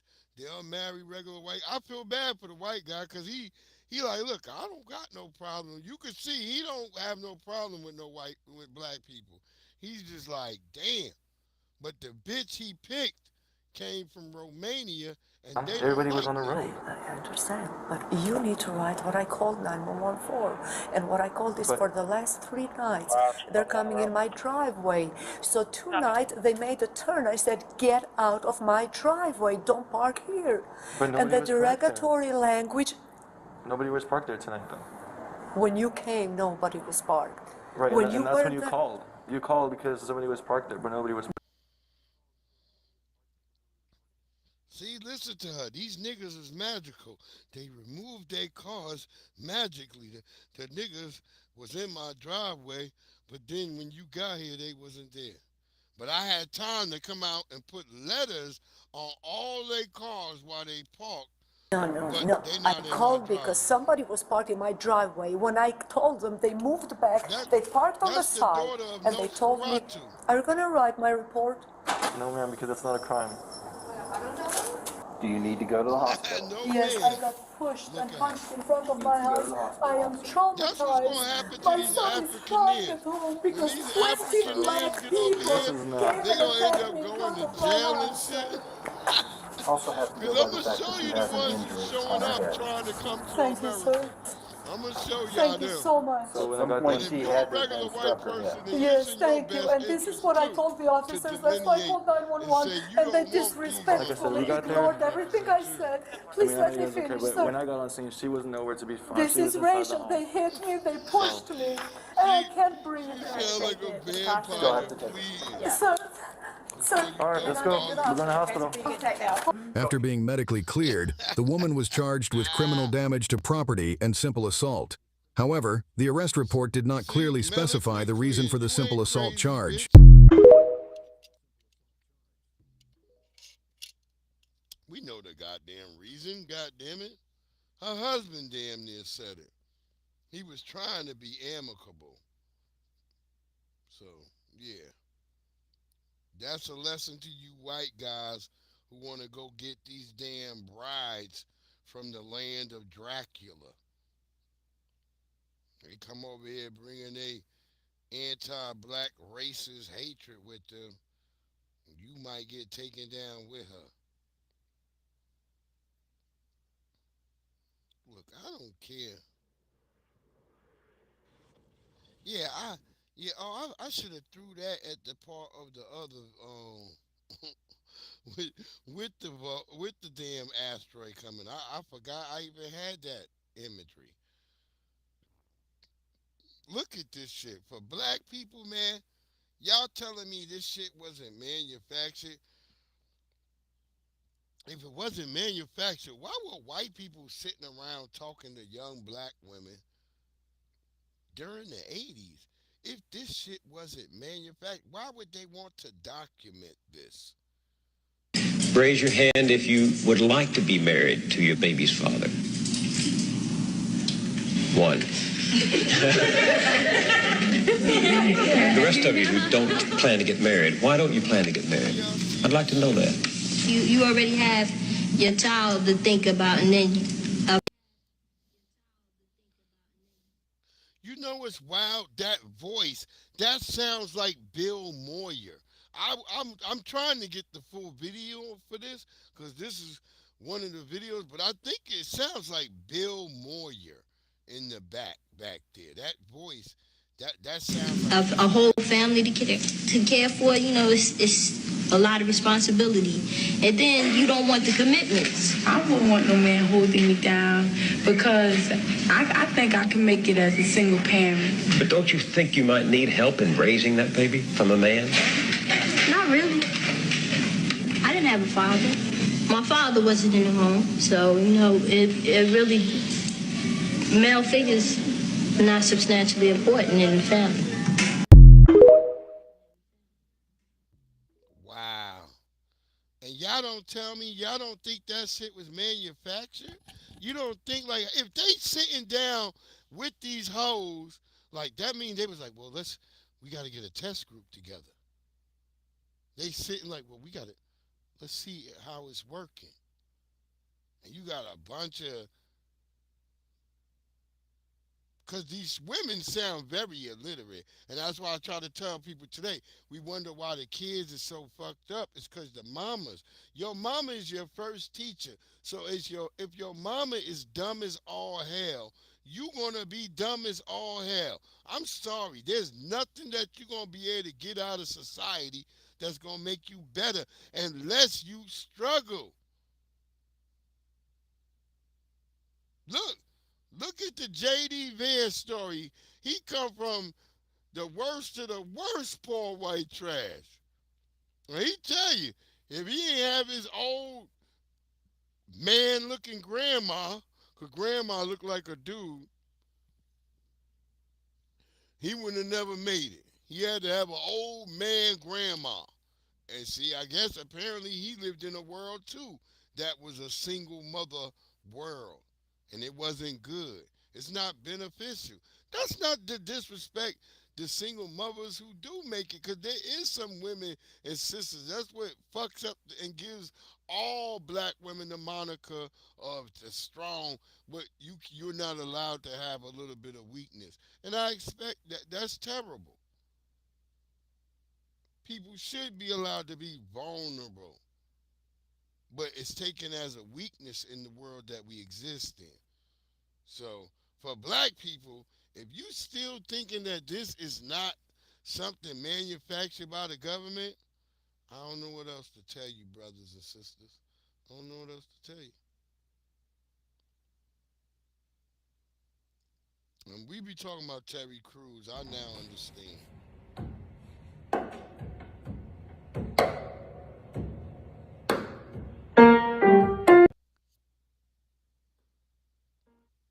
Now I'm gonna say Terry Crews is corny. We ain't gonna go through the whole joint. We gonna get a little bit in. But yes, he is a corny Negro. But I'll say the white chick she's doing her part, and so that's why he's still hanging in there. For you sisters, take a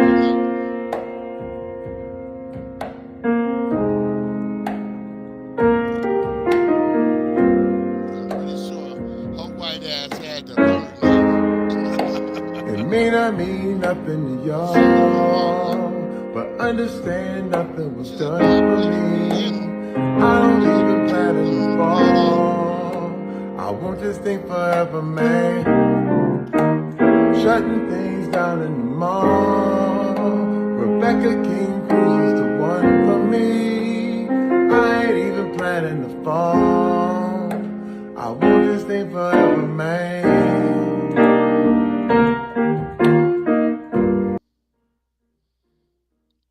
All right.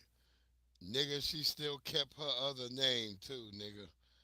Just remember that part.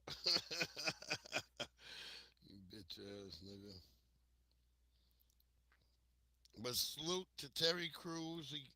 He got his snow bunny. He snow bunnied out. Oh yeah, let's get to these Africaneers. Let's get them up in here. I got another one too. Where they at? We going all Africaneer before we get to. I think I might have skipped over the other one. Wait, where's that?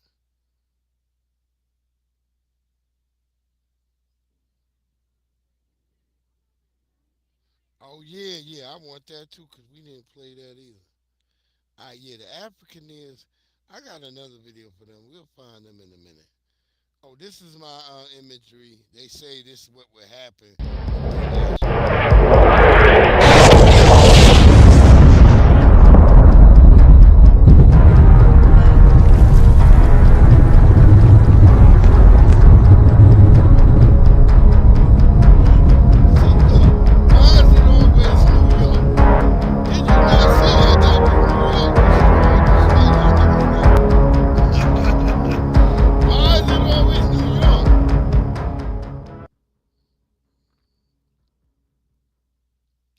That's what I'm trying to tell y'all. It seemed like to me that they already know it's going to hit New York.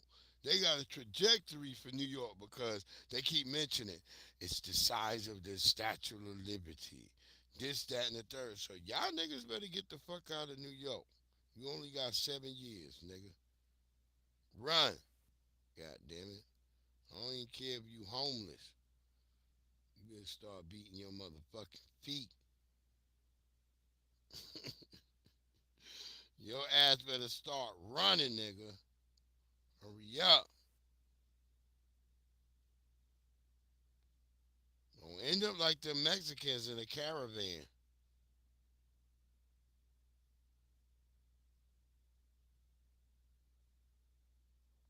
Oh, yeah, okay, cool. Yeah, yeah, don't end up like the Mexicans. That might be the same video. So I think, yeah, it looks almost similar. These are some of the so-called people that might want to come over, because most of the ones who making money and doing a living a regular life over there, they didn't take Trump's offer, but apparently these are some of them that We are still 45 minutes before the official opening of this event, and here are already about 600 to 1,000 people. Wow, what a nice and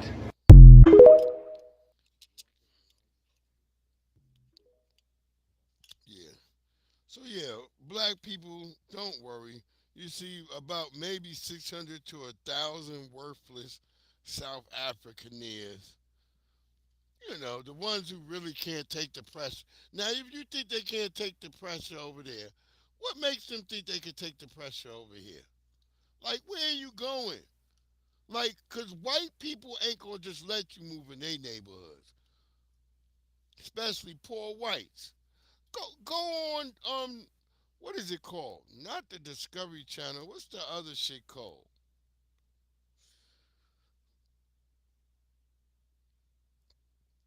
Oh, AMC. Go on AMC. They got the shows where you know, people are called extremely cheap or whatever it is. Go look. There's a white woman who's apparently her husband, you know, they live in a wealthy neighborhood. But this white woman walks next door every day to everybody's house asking for food. And if you see the face of the other white people looking at her, yeah, come on, South Africaners, whatever with your lazy asses, get over here. You couldn't even win in a country that had apartheid, nigga. These the niggas who failed under apartheid. I just want y'all to know who they bringing in. The niggas who failed under apartheid. Get your pussy ass on. And all you coward niggas like, oh, like Roland Martin, they gonna bring in them South Africaners, nigga. Shut the fuck up with your pussy ass. Fuck is wrong with you, nigga?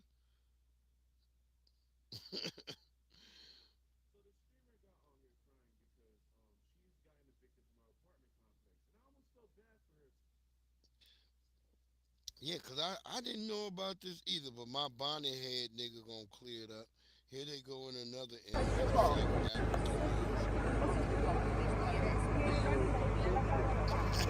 Looking all desperate. You know a lot of these niggas got drinking problems.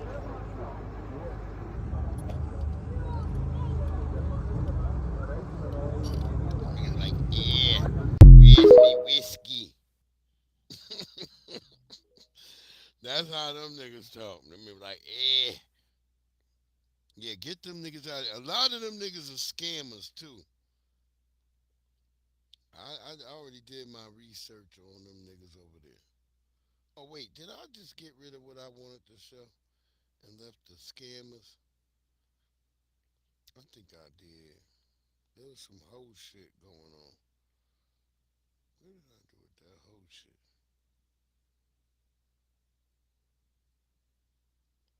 Damn,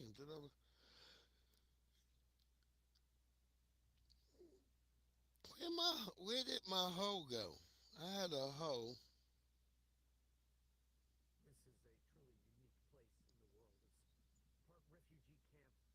Yeah, I gotta have that nigga play that so y'all can understand where this nigga's at.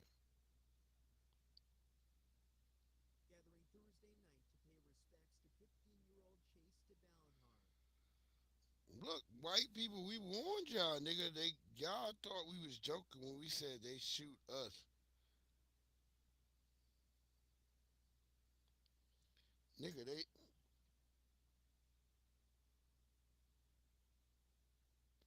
Okay, I'll get you with that, twig. I'll get you with that real quick, my brother. Yeah, I could just send that to you in Messenger. Man, I had some whole shit. Damn, where did they go?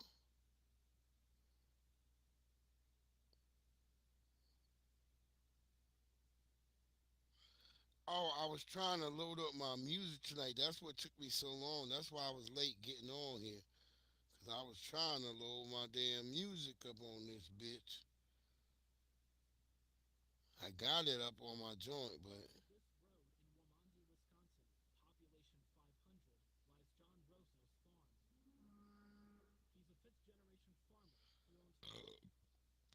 so what he whining?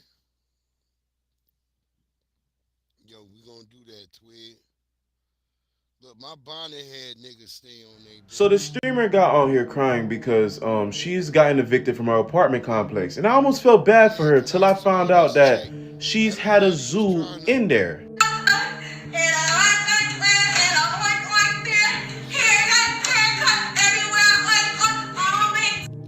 Come on, bro. We gotta be realistic, bro. Like, they probably know who you is. They see your live stream. They see you got a whole bunch of pets in there. Not to mention, I don't care what they tell you, bro. People under you can't hear you. I see some folks stating that, they still should have at least given her a warning or let her know, hey, you got too much noise going on there when you're doing your streams. Can you calm it down? But, bruh, a whole zoo in the high rise? Come on, bro. At some point, accountability must play a part in this, bro. I hope she's able to fix her living situation, though, because nobody deserves, to be going through that at all. Salute to the bonnet head niggas. The bonnet head niggas been on their job. I can't hate on the bonnet head niggas. The bonnet head niggas been out here.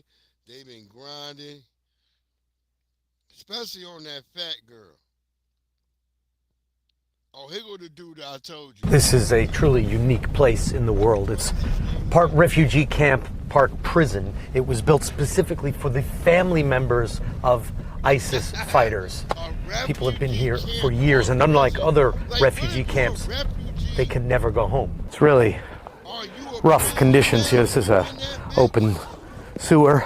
So we are now headed to what is considered the most dangerous part of this entire camp, which is why we're going in this armored vehicle. And perhaps ironically, it is for the women and children of foreign ISIS fighters. They have become extraordinarily radicalized inside the camp because they've been locked here for some of them for up to 5 years. Children have been born in this camp. They have nowhere to go to. They can't go home.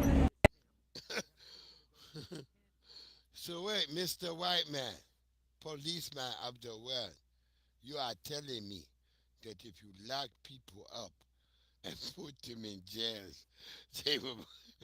Yo, white people create their own enemies, man. I'm just like, look at what y'all doing to the fucking world, bro. Look, I have nothing to do with over there, but look, y'all gonna have to. There's gonna be a record. Home.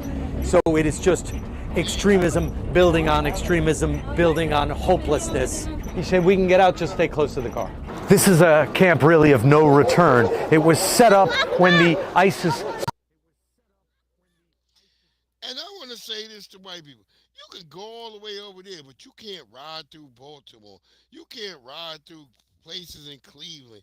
You can't ride through places in Atlanta and do the same type of story and tell the truth for American people to fix our situation. But you could run all the way to these foreign places all the time. Fuck out of here. That's why I could give a damn about them little niggas. State, the caliphate was destroyed, and the fighters, the hardcore fighters from ISIS, were sent to different prisons. But then people had to figure out what to do with all their families, all the people who were around them. So they were brought here, and they've been left here for the last 5 years in terrible conditions. And the camp continues to grow. They're continuing to have children. The conditions are getting worse and worse. And it's been described as a ticking time bomb, that the next generation of ISIS is here.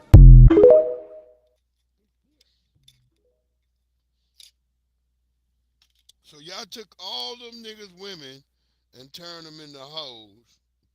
They breeding little rat children, and you worried about it. Like, yeah, this is where they coming out hating us. Man, shut the fuck up, bro. Hear none of your shit. Wait, I got a video of them throwing rocks at that nigga. That's what I'm looking for. They was chasing them like them transgenders. Oh, we got a new Kada. We got a new video for Kada coming out. My nigga getting bigger now. Cause y'all niggas seen the last video. They murked my nigga Dada.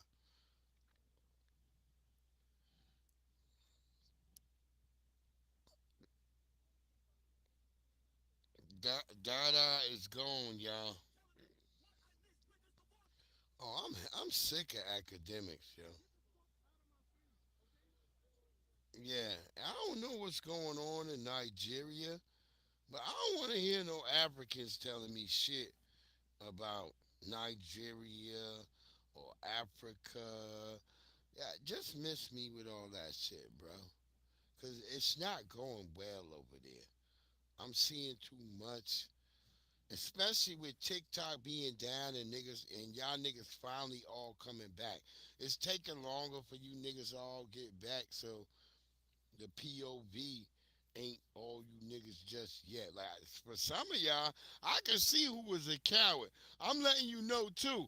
I know who was a coward and who got rid of their motherfucking TikTok because I gotta refollow you. See, I never got rid of my TikTok. Y'all coming back on like this nigga Breeze still on here. Y'all like that nigga never left? Yeah, I never left. Cause I don't believe shit that the mainstream media be saying. They got to show me real proof. And they never had show proof that they got rid of TikTok. They just said it. Even the day when I went on there and they said it was off, I said, man, that shit ain't gone. It's just for today or tomorrow. And sure enough, it was back up the next fucking day. Only goofy niggas got rid of their TikToks.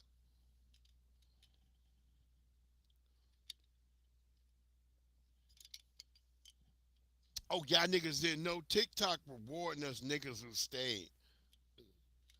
Yeah, TikTok is like, oh, all you niggas who stay, your videos is forever at the front. Anything you do, nigga, at the front.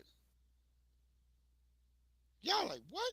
Yeah, TikTok is like, yeah, y'all niggas who stayed with TikTok, nigga, we love you. They can see who stayed and who didn't. Y'all like, what? Yep, they watching y'all right now. That's just how it is. That's the game, nigga. Y'all got to learn to stay with something. That's who I can tell got immigrants in their background. Cause you start running, you start fleeing. See, a black American, our tradition is to stand where we at and be on our square. We don't go running and fleeing and shit. I didn't leave. I ain't lose my TikTok. My TikTok stayed up the entire time. I went, even though I got eliminate and all that, my TikTok stayed up. And then them niggas TikTok sent me a message like, thank you for being a supporter and staying. You weren't afraid like everybody else. That's what they sent me. I'm gonna put that on my community wall tomorrow. Cause I be forgetting to post that to show that all y'all niggas TikTok think y'all niggas abandoned them. Y'all niggas was cowards. TikTok like these niggas. Where's a nigga like me? TikTok like this nigga is a rider. I didn't give up on TikTok. Down this road in Waumande, Wisconsin, population 500, lies John Rosno's farm. He's a fifth-generation farmer who owns more than 900 acres and more than 600 dairy cows. Takes one person for every 40, 45 cows. And who is doing all of this work? I would say about 90% is done by immigrants. Immigrants like Kevin, who was born in central Mexico and crossed the U.S. border illegally. First of all, that nigga name ain't Kevin. It's Manuel or Juarez or some shit. And white guy, you should have been fucking. You should have been fucking. You should have got a wife that you could have been fucking. That you had enough kids to run your... Because when you have a farm, you're supposed to have kids. You ain't supposed to be a moist nigga having a farm. You're supposed to be having kids. You're a manly nigga and you're out there raising kids. Illegally when he was 18. Now 21, Kevin is... Go look up the white boy who played for Georgia, Blue Cane. Blue Cane come from a working farm family. That's a white boy, Blue Cane. And he good in basketball. See, I watched him from when he was a little kid because he was on the same team as Bronny James. The 11 million undocumented migrants living in the U.S. More than 10,000 of them work on Wisconsin dairy farms. What kind of work do you do here on the farm? ¿Qué trabajo haces aquí en la granja? Alimentar y también limpiar. Wait, hold up. Now, let's check the law. They just said Kevin been here for so long, but Kevin don't know any fucking English. That's a lie right there. Most Mexicans, they learn some type of, or whatever Latino he is, they learn some type of fucking English while they're here. Los corrales. You feed the cows and you clean the barns too. Kevin, who did not provide his last name during our interview, says he often works 12 hours a day, 6 days a week, sometimes starting as early as 3 a.m. But the pay is better than back home. Does your family depend on your salary here in the U.S.? My mother and my siblings, of course. But since I have my dad here, he also sends some money. Nationally, more than half the work... Now, that's the biggest lie these Latinos tell you. The fact that he got a mask on, all this shit, this is the biggest lie. My. Nigga, you in the cartel. Second, your mama and daddy is here. Stop playing like they still over there in fucking Mexico. If you here, your people here, nigga. Stop playing. They love lying to y'all like that. I'm in Virginia, man. I deal with Latinos all day long. That's their biggest lie. They start laughing sometimes when they tell you that. When I be filling out shit for them, they start telling me that they start laughing. I be like, oh, she's here. They think you gonna tell on them when you say that. They like, no, nigga, I don't give a damn. But the bitch is here. Don't play like she's not fucking here. So that's my problem with black people. We up here, we put too much into all these people, and they got scams and all types of things going on for them. You don't have the same thing because you just live like a nigga. You just working, going to your job, doing what you doing, coming home.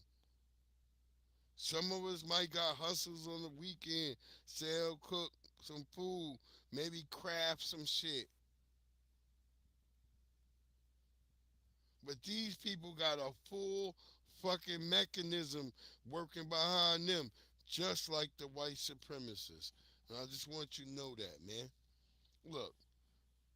Workers in the dairy industry are undocumented.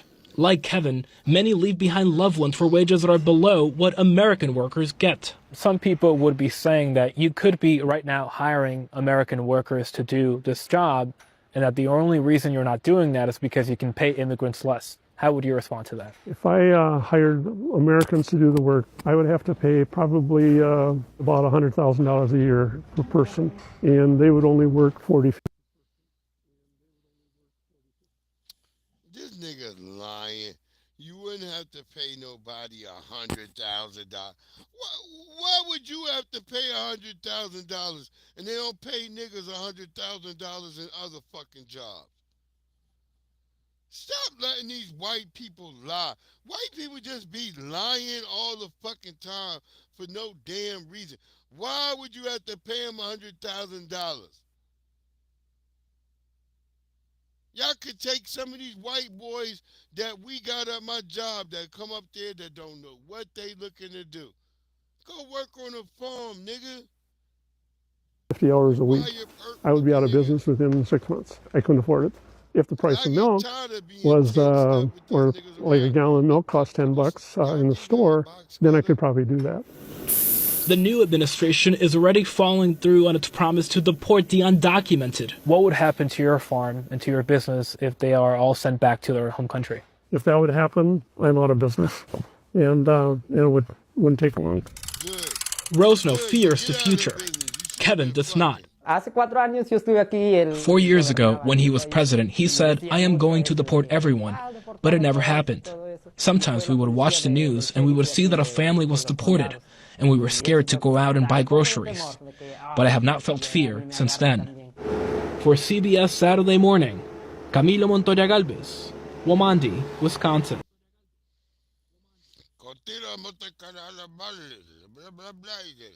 Well, your ass gotta go now, nigga. Since you wasn't scared then. Fuck is you talking about? Get him up out of here, homie. He would have to pay just one American worker $100,000. That guy is lying like shit, bro. You know all the meth addicts in your neighborhood? See, you don't want to hire the meth addicts because they're going to be... they might even steal the cows. He's not being honest about the real reason. Just set up. God damn. So... Documents were released Thursday, giving better insight into what happened Monday night in New York City. His intentions were to come here to harm male blacks. And, we're very fortunate that it stopped at one and it wasn't more. According to the documents, 28-year-old James Jackson of Hamden drove to New York City several days before the attack with the purpose of killing men and had stalked numerous potential victims. Then on Monday night, police say Jackson's 66-year-old Timothy Kaufman, with a 2-foot-long sword several times, then stashed the knife in a trash can. Kaufman died. Jackson turned himself into police Wednesday. Prosecutors say Jackson told detectives killing was practiced prior to going to Times Square to kill black men and was angered by black men mixing with white women. He had said that I'm the person that you're looking for, and that he had knives in his pocket. Jackson grew up in Towson. His family is still there, but did not comment on the charges. A neighbor says Jackson used to mow lawns in the neighborhood before going into the Army. He served as a military intelligence analyst for 3 years and was That's a deployed to cap. We just cracking Afghanistan. a joke. Jackson is charged with second-degree. Fuck. Well, what type of white woman would you get homeless? Blech. She got to smell nothing but like mayonnaise and sardines. Yeah, that was that character. So he finally got charged. I guess they finally. I think they gave him like. They gave him a couple of years. He's gone for a while. Not a couple. They gave him like. I think it was more than 80. 80 or 120 years, something like that. Yeah, he got. Get the fuck out of my face, okay? Leave me. Leave me. Leave me.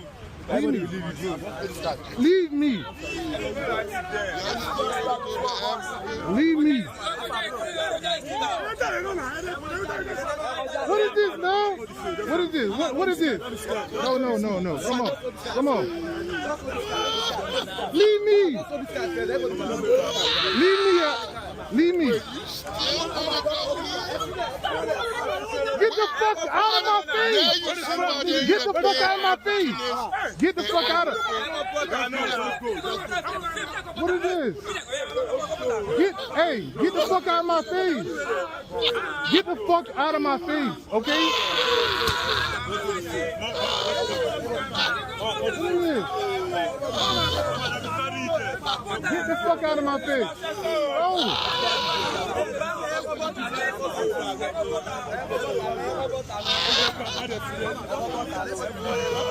What? Leave us alone.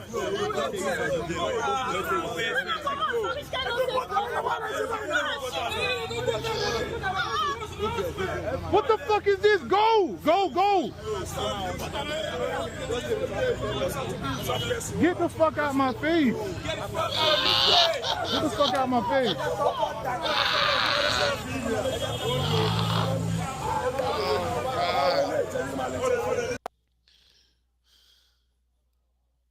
I call this nigga Friday night on X or Twitter. Look, where that nigga Gucci hat? You know that ain't no real Gucci hat. My nigga is fighting these niggas. He's yelling. Oh, Lord. This Nigeria, y'all. So when y'all take a picture of this, y'all. So when the Nigerians is telling you how great it is in Nigeria, nigga, tell them to stop playing with you. I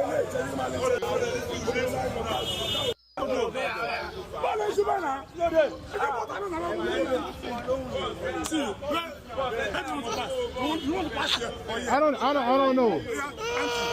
They wasting our time. You wasting our time. Leave me. God damn.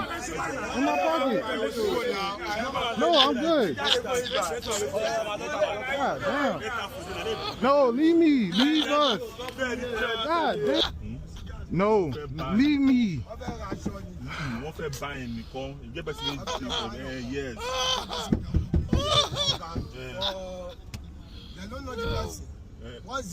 No, leave me. We just wanna walk around.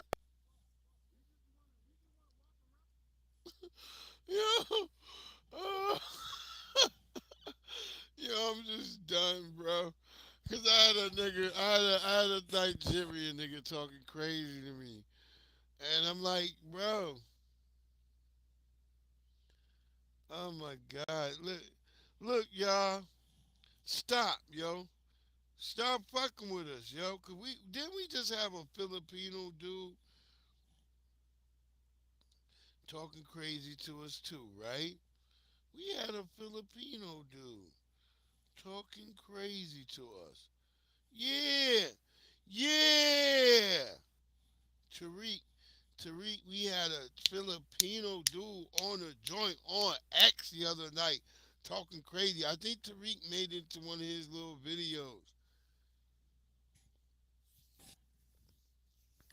Salute to that brother Tariq Nasheed. I don't care about all you bitch ass niggas who don't like him. That brother is truly a disciple of Neely Fuller Jr., just taking it to a new level, man. He taking everything Neely Fuller Jr. used to talk about and he made it action. I'm appreciative of our good brother Tariq Nasheed, our good sister Nikki the God. Y'all go check her out. Go check out Black Alpha Network. Go check out Afro Elite. You should already be at the Black Authority, Professor Black Truth. You should already know, family.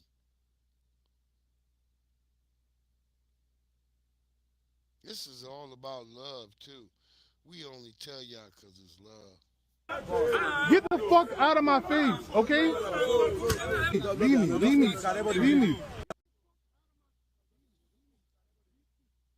Oh, we was still watching that, too. Yeah, our brother went crazy.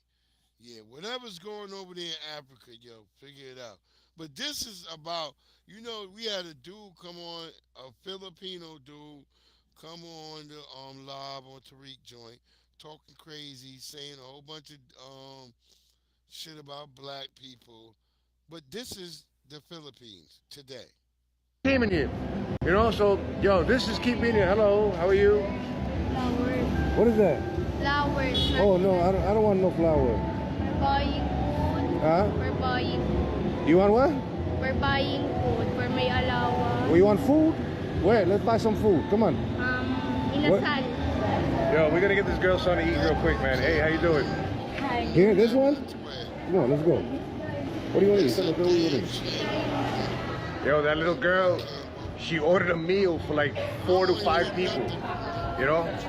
I mean, I didn't really say nothing, man. It's probably for our family or something, I feel bad. Like, she was actually out there selling flowers and trying to make some money. She wasn't just standing there trying to beg or anything, So even if she does take that food home for her family, yo, it's all good, man.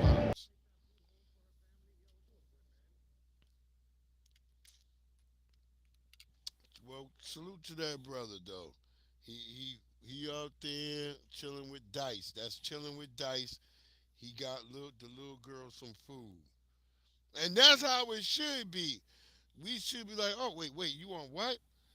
Bitch, especially if we doing what we doing and we creators and we making money, don't make that child do anything else. Look, keep them funky flowers and sell them later. Look, what you want? Let me get you something to eat. That's how I am over here in the United States of America. I have kids walking up to me selling waters and stuff. I'm like, what you need? Sometimes they don't even want food. They just need some money. I'll give them the money. Here, take that.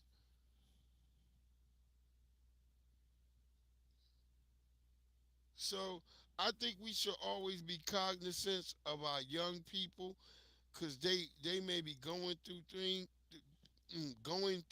things that ain't necessarily their fucking things, but the parents add that baggage on their back. So always look out for our young people. Make sure they got something. Something, man.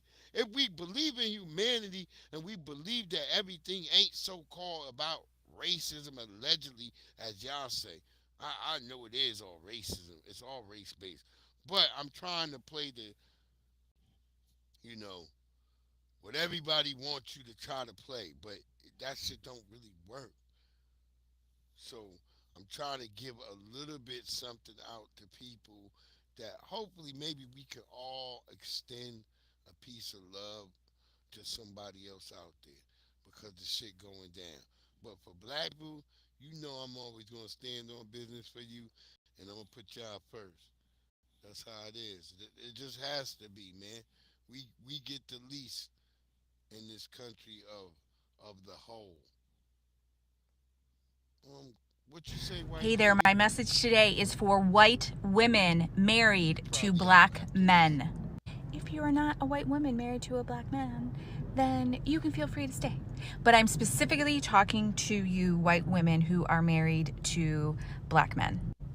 You are the person who needs to be educating yourself and deconstructing your own inner subconscious biases, white supremacy culture that you've been raised in, and the racism that exists within you. But how could I have those things? I'm married to a black man. Obviously, I'm not racist at all. That is a huge misconception, and that is the problem. And when you hear black folks say that the black Americans' biggest enemy is white liberal women, that's what they're talking about. We think, oh, we're perfect. We are everyone's dream prize because we're not racist and we're all for community and all of those things because we're liberal. The thing is, thinking that way prevents us from growing and learning. You cannot have been raised in the United States of these here Americas without having been highly influenced by the white supremacist culture in which we live. So it is within you and it is impacting decisions you make, the way that you respond, how you treat other people. It's in there and it needs to be acknowledged and then deconstructed because you can't just deconstruct something that you don't believe is there.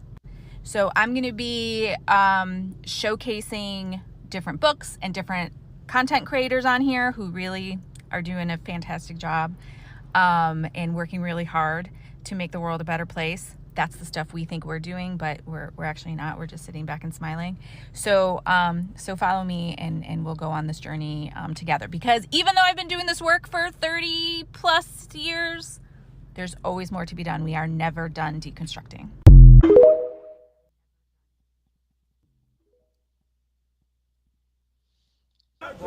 Get the fuck out of my face, okay? Leave me, leave me, leave me, leave me, leave me.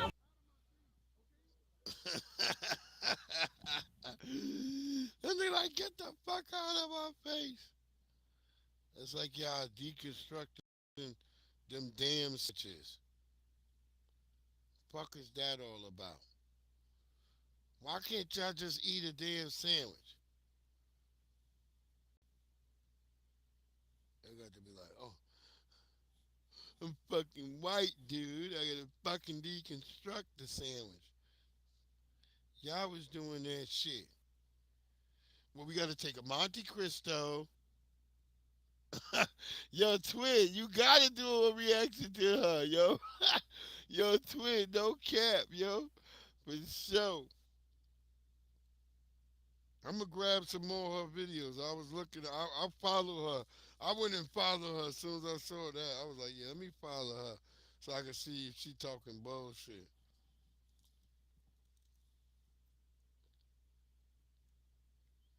She probably is. Let it all hang out. Let it all hang out. Come on, nigga. Wow. Yeah, I'm saving that. I'm saving that for tomorrow. Yeah, we're gonna leave that out too. But yeah, that we saving till tomorrow. Oh yeah, tomorrow's show gonna be lit. Wait, what is tomorrow? Tuesday? Oh no, yeah, we ain't doing nothing tomorrow. Wednesday. Wednesday wipeout. We not gonna do shit tomorrow. That's Tuesday. I gotta take a surge on.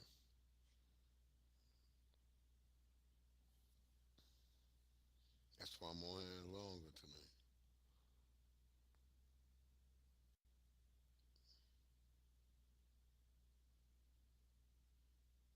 Oh,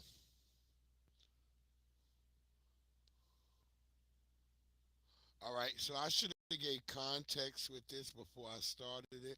I'm sorry, guys. We'll start it again. Um, this is a dissertation from a Jewish brother. I mean, not a Jewish brother, a deaf brother who's at Gallaudet University down here in Washington, D.C. Now, if you rock with me and you follow me, you know I've talked about my own experience going up to Gallaudet University and a white guy being racist to me. That, like he couldn't see his shit or nothing, but that motherfucker knew I was black and he was saying some racist shit. But it's kind of interesting to see this deaf guy, as he explains, that there's a different language system for even black people who speak sign language because of the racism. Let him go. Now it's not gonna be inside any music, family. It's just gonna be him talking. If you come over to Instagram, there may be some music, but here there's no music. Let's go. Let him talk. Unfortunately, we can't hear it. And I don't want to read it because if I read it, I would be sounding how I think he sound. It's a form of ASL. Segregation. Black children were not allowed to learn adaptos because of slavery and degradation. Because see, I can't. I'm not gonna read it. I'm sorry. I'm not gonna read it, y'all. Lord.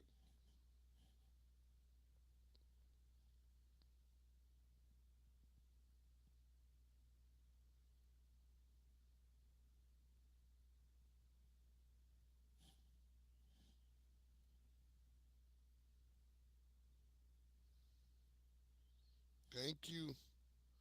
Thank you. Thank you. Thank you. From Gallaudet. That was from Gallaudet University. That was Deaf Plus Advocate. And like I said, we can't. It'd be weird listening to them because we like, wait, what? Shit just quiet as hell. But salute to him for telling some truth for Black History Month. And we like that. We like that. We got a little bit of Black History Month out of that.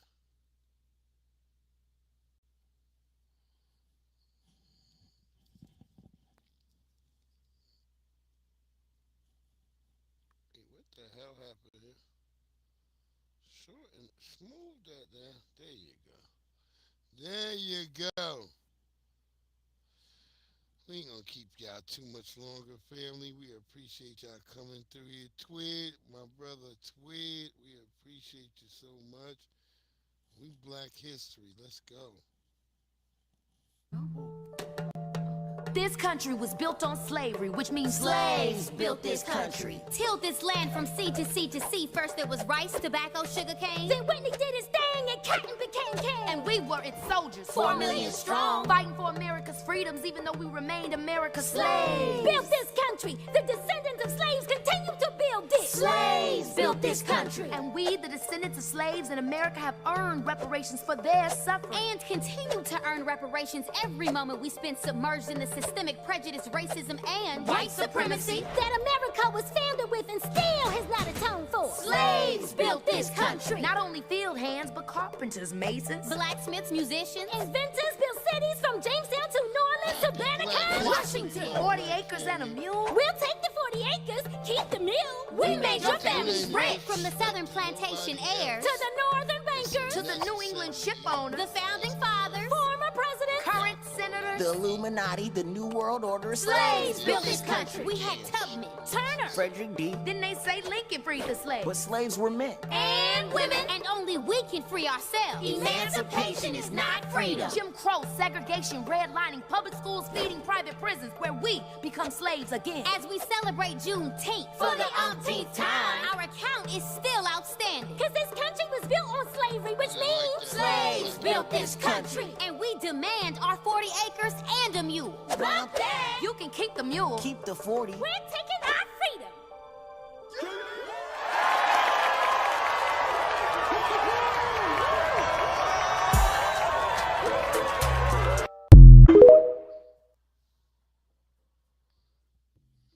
Off the backs of our people. And that's no disrespect to y'all.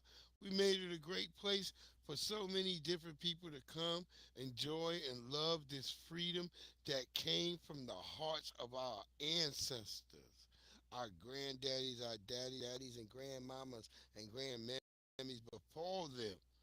Yes, that beloved heart of love and freedom was rooted right here in this great United States of America that was built off the backs of the foundational black Americans Praise the universe for this Black History Month today. Praise the universe that we exist.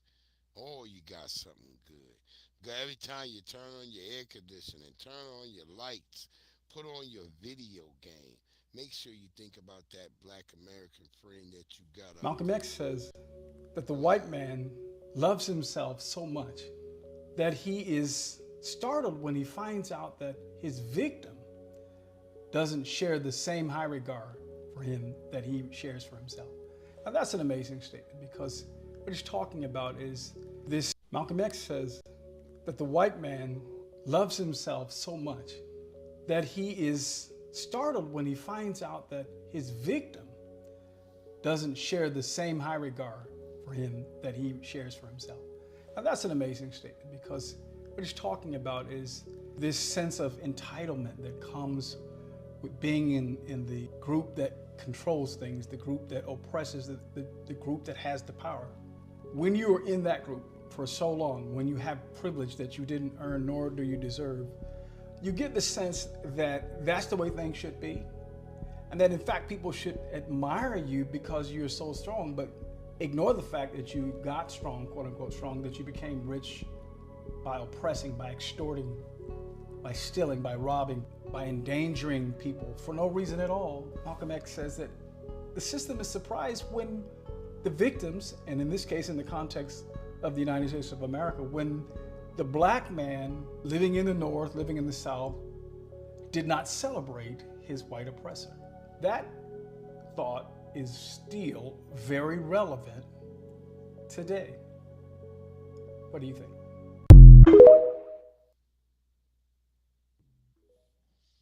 And there you have it on this black evening.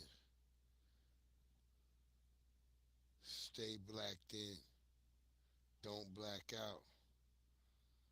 Because I'll black you if you black me. Salute to my good brother. Wonderful, wonderful brother. Video game. Um, just really good. Video game phenomenon. My great brother DJ. Dr. Jekyll. Go check him out. You know what I mean? He is a white man, but yet I call him my brother because that's my brother. I rock with DJ Jekyll. Salute to Most Hated Bronze, my good brother Twig. Let me thank everybody that came through tonight, man, because I want y'all all to know we rock with y'all, brother. You came through, we love you. Twig, you got to do a reaction with her, Twig. You got to, Twig. Fat Nuggets. We want to give a shout out to Fat Nuggets, Charlie Weston.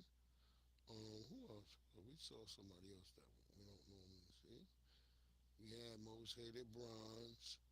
Who's another person's name that came through? Well, look, if we missed your name, we tried to get everybody's name in here.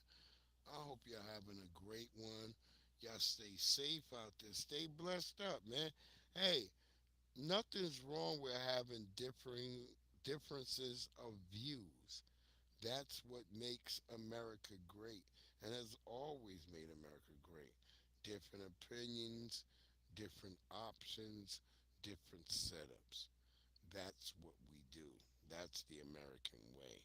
We don't never settle for one thing or the other. We make it happen, though. Especially if you're a foundational black American. We damn sure gonna put our fucking pedal to the metal. Everybody else, get in tune, get in line, stay good. Hope you shine. Catch you out there on the next grind. It's your boy Breeze Omega, Omega this Breeze. Please, family, hit that like, that subscribe. Tap in, man. Let's get us to that 1,000 point. Tell your daddy and them. Tell your mom and them. Tell your auntie and them. Let's get it all up. Y'all have a great one, man. Stay safe out there. Stay blessed. We won't be here tomorrow, but we'll be here on Wednesday. Y'all have a great one, yo. I'm out.